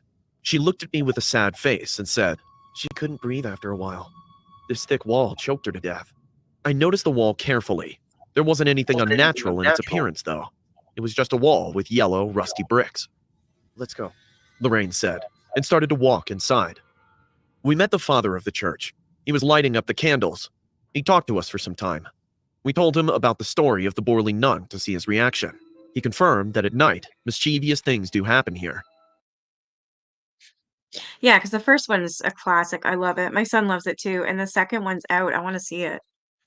I keep forgetting to watch it. The church turns into a completely different place after sunset. It was almost and started to get dark outside. We took permission from him to spend a night here. He wasn't very willing, but somehow we managed him. After finishing his last prayer for that day, he headed home. Before leaving us, he warned us that if we see or feel anything unnatural, we must leave this church immediately. I started to set up our cameras, while Lorraine went to take a round to the premise. After being done with the equipment, I looked at my watch. It was 7:30.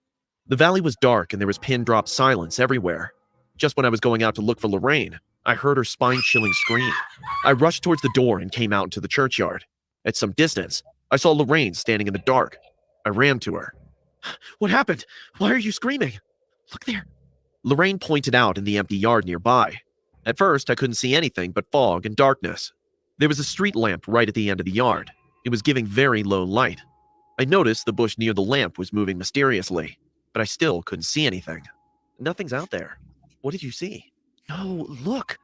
Can't you see him standing there?" I turned back towards the bush again, and this time, my skin crawled in fear. What I saw made my spine shiver. A man was standing behind that bush. He was dressed in a black robe, exactly like a Christian monk. The hood on his head made it impossible to see his face. The man was That still as a shit. statue. I could tell from his body posture that he was staring at us. I initially thought someone was trying to scare us, because there have been many hoaxes and pranks people tried to pull on blaming the supernatural. Hey, what do you think you're doing? Don't try and scare us. I took a few steps ahead to warn that man, but Lorraine screamed from behind, saying, No, Ed, he's not human. As soon as she said that, I froze right then and there. The man then walked towards the street lamp and stood under it. He then lifted his hands and grabbed his hood. What I saw next, I will never forget. The man took off his hood, and he had no head. Yes, he was headless. I could see red flesh and white bones gushing out from his slashed neck.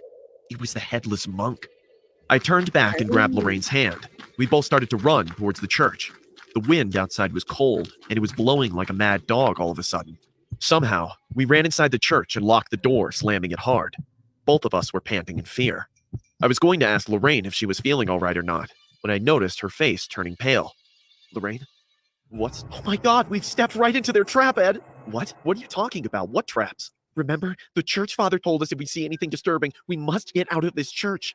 I immediately grabbed the doorknob and tried to open it. I was giving it all my strength, but the doorknob was jammed. It wasn't opening, and I realized the haunting spirits here have now locked us inside. Suddenly, the temperature dropped rapidly inside the church. It was becoming icy cold. My camera started to take random snaps. I knew Lorraine and I were not the only ones here anymore. The church bell rang 3 times. I knew no one stays here at night. And who the hell is ringing the bell? Suddenly, my eyes went on the wall nearby. It was the same wall that Lorraine pointed out in the beginning. A figure slowly took place on the wall. It was a shadow of a nun. Before I could see the shadow more clearly, the candles inside the church went out. It got pitch dark and we heard a woman crying in pain. There was something in her cry that gave me goosebumps. Lorraine grabbed my hand and we stood side by side in that darkness, expecting all of this to get over. All of a sudden, the church door opened and the fog outside came in and covered the entire floor. It felt like we were having our worst nightmare together. The light from the outside helped us to spot the doorway quite clearly. At that moment, Lorraine whispered to my ears, "There she comes." I looked and I saw a nun was standing near the door, facing her back at us. She was holding an upside-down cross in her left hand. Her black dress was as dark as the night. All the candles lit back again on their own, and with this sudden strike of light, she turned her face at us. I have never seen such a demonic face in my entire life. Her cruel eyes were filled. So there's the famous nun everyone's probably been talking about. Yeah, that thing. That's the nun. With furious anger. Blood was dripping from her mouth, and she was staring at us with immense hatred. It felt like she wants every living being on this earth to die at once. She then smiled, looking right into my eyes. Her smile was spread from ear to ear, and then she disappeared into thin air. Lorraine and I left for home the very next morning. But on the ride, when I asked Lorraine if the nun's spirit tried to communicate with her, she replied, "This is just the beginning yet." When she looked at us and smiled, I heard her saying, "I will see you again." Here's one thing you need to do before buying anything online. Don't spend another dime on Amazon until you watch This White Lady of what? The White Lady of Easton. This happened the night Lorraine and I were returning to Connecticut after investigating the Amityville house in Long Island. It was a 2-hour drive on the highway. We started late, hence it got really dark. Lorraine fell asleep during the ride. It was a foggy winter night. With nights like these, driving amidst the dark road is one hell of a task. The fog and darkness around us were making it difficult to increase the speed of the car. After driving for almost an hour, we got out on a dusty country road. I did take a shortcut at the beginning of the ride, but by this time we should have gotten on the freeway. I checked the map and realized we were lost. The car headlights were the only option to see what lies ahead. There was no street lights on the road. I was thinking of waking Lorraine up and discussing our situation with her, when suddenly I noticed a signboard on my left. The signboard read, "Welcome to Easton, Connecticut." I felt relieved that we are still moving towards the destination. I checked the map again and noticed a path within a mile connecting to the highway. I decided to take that from the next right. I was probably 20 minutes away from the shortcut when suddenly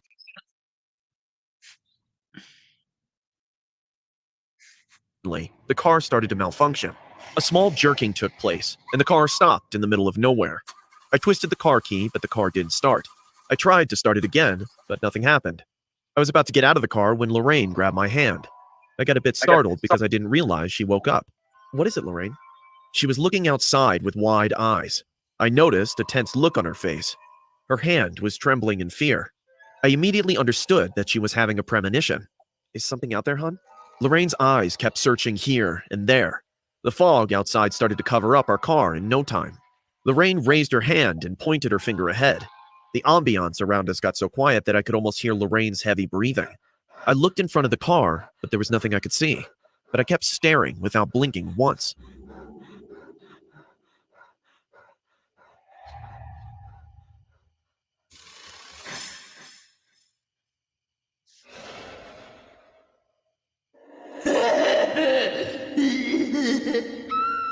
The fuck?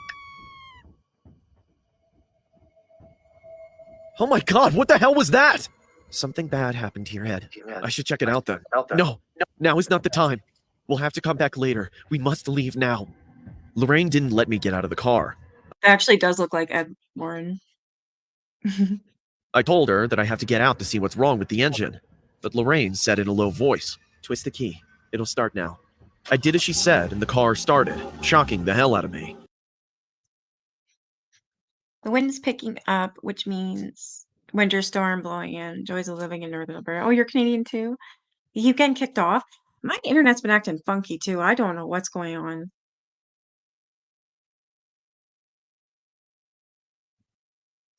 None of us said a single word in the rest of the ride. When we got home, Lorraine went straight to bed without mentioning a single word about what happened tonight. Next morning, when I found Lorraine sitting in the living room sipping coffee, I sat right next to her and said, "You all right, hon?" "Yes, I feel better now, Ed. I need to tell you something about last night, though. I know you have so many questions already. I hope what I'm about to say will answer some of them." I nodded my head and replied, "Go on." Last night, when our car stopped in front of that graveyard, I was almost awake with the sound of the car engine not starting. But before I could open my eyes and talk to you, I heard a woman's voice whispering into my ear. She said, "I want my son back." That's when I stopped you from getting out of the car. I think we need to go there and investigate. There's an entity that wants to tell her story. I looked at Lorraine for some time. This may seem odd to you all, but I believed her, because I have seen things happen that she warned me about in advance. We finished lunch and started on the road again. We have recently moved here, hence we knew nothing about this cemetery until last night. At around 2 p.m., we reached near the cemetery. The place looked just as normal as any other burial site in the daylight. We started to walk inside. The worn-out graves stood in silence. Judging by the condition of the tombstones, it was evident that this graveyard had been here for a very long time. We roamed around for a while, when I noticed a small wooden cabin under the shade of a bushy tree. Lorraine started to walk towards the cabin. I followed her without saying anything. Like When we reached the door, we heard the sound of a radio inside the cabin. I knocked on the door. "Hello? Is there anyone here?" Making a creaking sound, the door opened slightly. An old man with a rough beard peeked from the gap. "Who are you? What do you want?" Sir, I'm Ed Warren. He literally lives in the freaking graveyard? Is that even legal? This is my wife, Lorraine. We live in the neighborhood nearby. We would like to talk to you about this graveyard." The man checked me out from top to bottom, then said in the same mysterious voice, "What is there to talk about a graveyard? I don't have time for this. Go back to where you came from." The man was closing the door on our face when I stopped him and said in a firm voice, "I'll pay you if you give me the information we need about this place." The man eyed me and let us both in.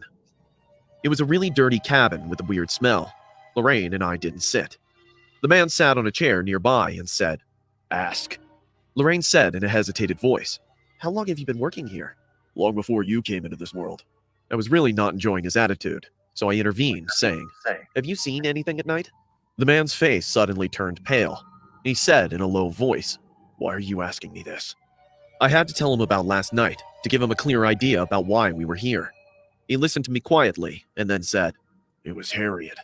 People call her the White Lady of Easton. You aren't the first one who saw her. Many people who passed in front of this cemetery claimed to have seen her. One evening, a man was driving down the road in his pickup truck. He was about Oh my god, is this Resurrection Mary? That was Unknowns of Mysteries too. to pass the Union Cemetery when, out of nowhere, a woman appeared in the middle of the road wearing a white dress. I The mean, this is man couldn't slow Resurrection down in Mary. time and struck the woman. He pulled over and came out panicking. He thought he ran her over. Out of fear and guilt, he searched the entire area, but the woman was nowhere to be seen. She searches for her son. You can see her grave in the Oh. right corner at the end of the cemetery. Now, if you'll excuse me, I have to finish my round and leave for home. I said in a surprised voice. Wait, you don't stay here at night? Only a madman would come here at night. Now, get lost, you two. I don't need your money. The man was very rude, but we got what we needed. After visiting Harriet's grave, we talked to the local sheriff and came to know Harriet B. Seeley had a son who died before her in 1853. Since then, she grieves here at night, searching for her dead son. We went home to bring our cameras. Yes, Lorraine and I planned to spend a night in the cemetery. At around 9:30, we came back. Needless to say, the entire place was looking spooky as hell. I set up a camera right in front of Harriet's grave. Then, we waited for things to happen. We were standing under a tree some distance from the grave. Our senses were sharp. I was ready to act if something happened. But even after waiting for half an hour, we didn't see anything. I was getting impatient, but Lorraine was focused. Her eyes were searching everywhere. I was about to make a move when suddenly, Lorraine said, "Do you hear that?" Hear what? I hear it. He does it. So honestly, and Warren, that looks exactly like him when he's younger. Doesn't look like Lorraine so much though. I whispered. Listen carefully. Someone's crying. I kept quiet and listened. After a few seconds, I too heard the sobbing sound. It was a female voice. A woman was crying in pain. On that cold winter night, drops of sweat appeared on my forehead because the sound started to come closer. It was as if the woman was crying and walking. With each second, her weeping voice was coming closer and closer. We didn't make a move and stood in the dark staring at the foggy graveyard in front of our eyes. What I saw next still gives me goosebumps. A white figure started to rise from the grave. It was a woman wearing a white gown. But the way she moved seemed like she was floating in the air. She was weeping in terrible pain. Her cry echoed in the empty graveyard. Her long, dark hair was floating in the air as she moved from one side to the Almost other, like a La grieving for her Llorona. dead son. Ed, La Llorona? she's in pain. Llorona? I can feel her pain. Oh, God. Lorraine collapsed on the ground. I knew the negative energy around us was taking a toll on her. I lifted her and decided to head back to our car. As I looked up, the woman was nowhere. I made Lorraine sit in the car and went back to get my camera. I tried to be as quick as possible. I was almost near Harriet's grave when a spine-chilling scream took place, and I saw hundreds of white lights levitating in the air. It was her, the White Lady of Easton. She appeared in front of me and screamed in pain one last time. I heard her sobbing voice. "I want my son! I want my son!" The white figure then faded away in the air. We came home and Lorraine suffered terrible weakness for 3 days. I still have the footage my camera took that night. Luckily, we did capture the ghost of the White Lady. Lorraine Show keeps me. it lock and key, as it is a valuable evidence that proves ghosts and demons do exist among us.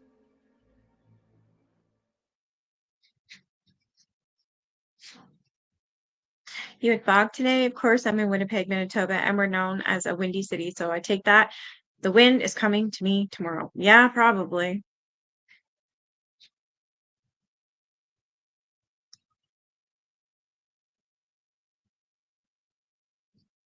So I've received some screenshots about Veda, and it looks like I was right. She's asking for money. People are questioning her because she says first she needs money for her sunroof, which I already know it's bought and paid for because she told me and she showed me screenshots. And then she says, yeah, she says her sunroof flew off, so she needs money for that. Then she said emergency came up, so she had to pay for that. It's not that I've waited till the last minute. An emergency came up and I had to help the person right at that moment. It is absolutely 100% okay if you can't help. It's a hard year for everyone. The other day, my sunroof flew off the top of my car all the way to the back, so I had to go to the junkyard to find one, and it cost me $300. I had no choice because it's the only car I have. So then the person she's talking to says, "You had to help someone immediately, or your sunroof flew off. Like, which one is it?" That's what I'm talking about. She's a full-blown fucking liar. And she's a scam artist. I caught her asking for IDs. And unfortunately, one of the admins gave her one, not thinking anything of it. And now this fucking shit? Sorry, I'm not standing by it. Disgusting. Like, it isn't bad enough you try to scam your fucking admins and your mods, now you gotta do this shit? And for what kids? Remember, you don't have any. God damn. That just put me in a foul mood.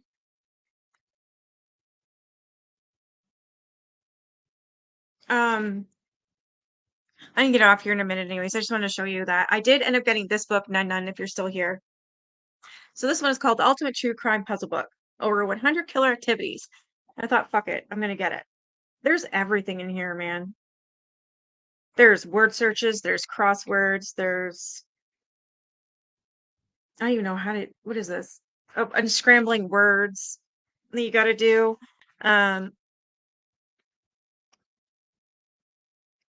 There's stuff about the mafia, wrongful convictions, doing it right, cults, final messages. My God. You want that puzzle book? It's pretty cool. Sorry, I don't know if take that off my screen. There, that's a bit better. There. So it's called The Ultimate True Crime Puzzle Book, over 100 killer activities. So I got that one because it goes, yeah, these two. This is the one I'm reading. Sorry, this is the one I'm reading tonight, and this is the one I just got today. I ordered it from Amazon. Not trying to start shit, but who is AKC side on? I don't think for her it's about sides. I mean, like, she's her own person. She makes up her own mind. I don't think, again, I do not believe it's about sides. It's what is the truth for her, if that makes sense. I'm on my side. I'm done fighting with people. If I see shit that is inappropriate, like I'm telling you about now, I'm going to say something. I can't sit by and let people get scammed. And that just pissed me off because, yeah, she said she had to spend her money on her car. Then she said she had to spend her money helping someone. Yes. And someone said to her, which is it? You had to spend your money for your friend, or you had to pay money for the rooftop, which she already paid for. She told me and Megan that. This was before I caught her trying to steal from the admins. I can't stand liars. I really can't.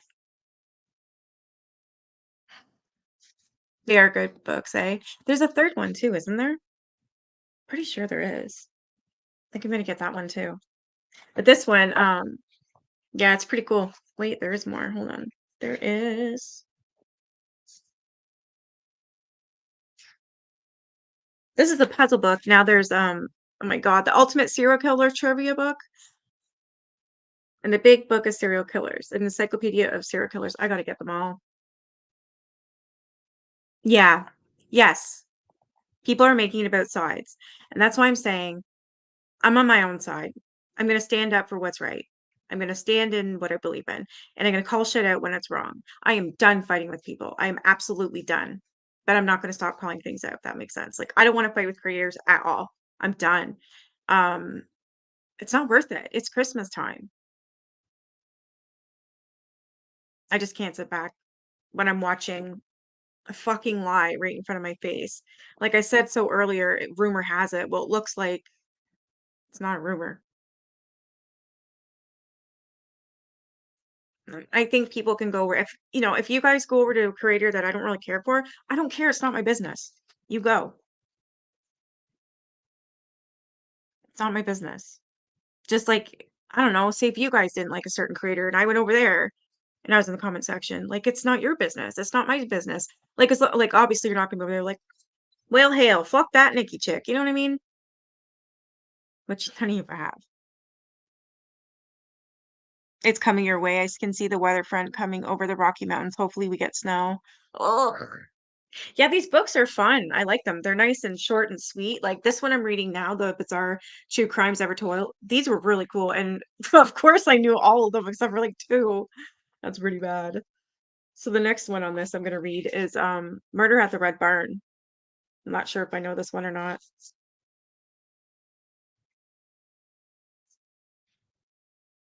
And this one, I'm going to do a couple of it every night because I think they're pretty neat.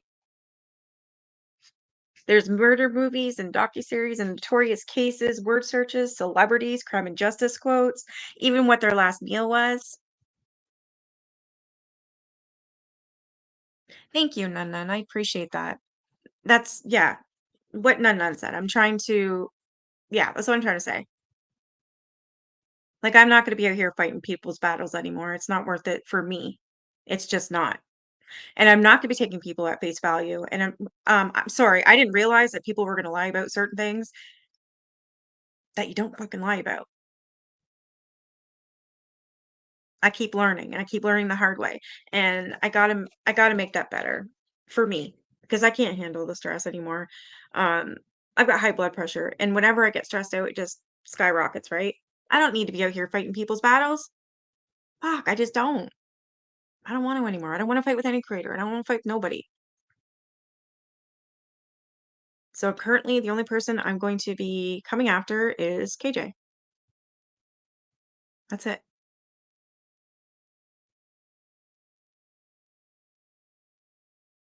It's 19 degrees. Wow. Yeah, I want a white Christmas, and then it can go away. Yeah, I gotta make sure I look into things, and I usually have looked into things. I don't get it. Even when you do, people fake stuff. It's sucks. Yeah, I can't.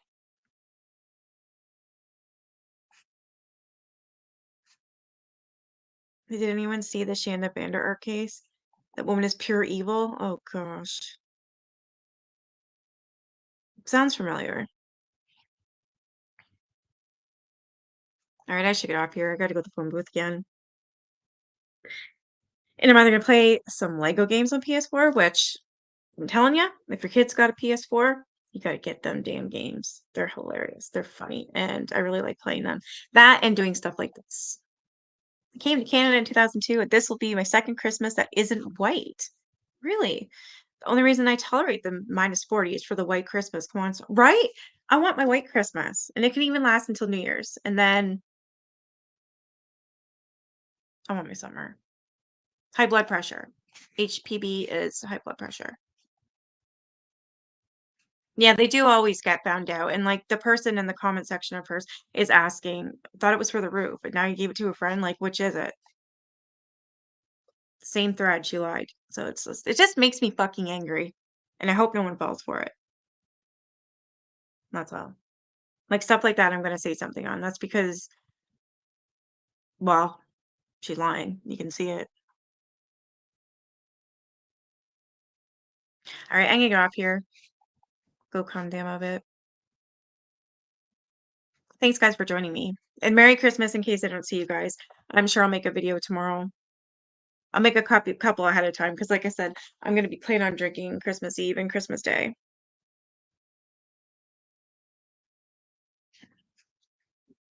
I see, I almost wanna say I wish you would've autistic, but I don't know if that would've made a difference because I have to figure things out on my own. Whether it makes me look like an asshole, I have to. Alright, have a good night, you guys. Thanks for joining me. Merry Christmas.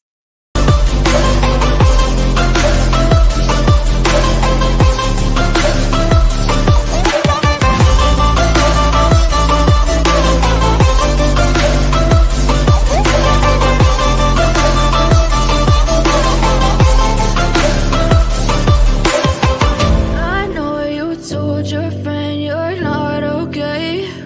And tell me what's wrong and why you never said you felt that way. And guess you're trying to stay strong and fake a smile until I look away. But I've known you too long, it hurts to watch your blue eyes fade to gray.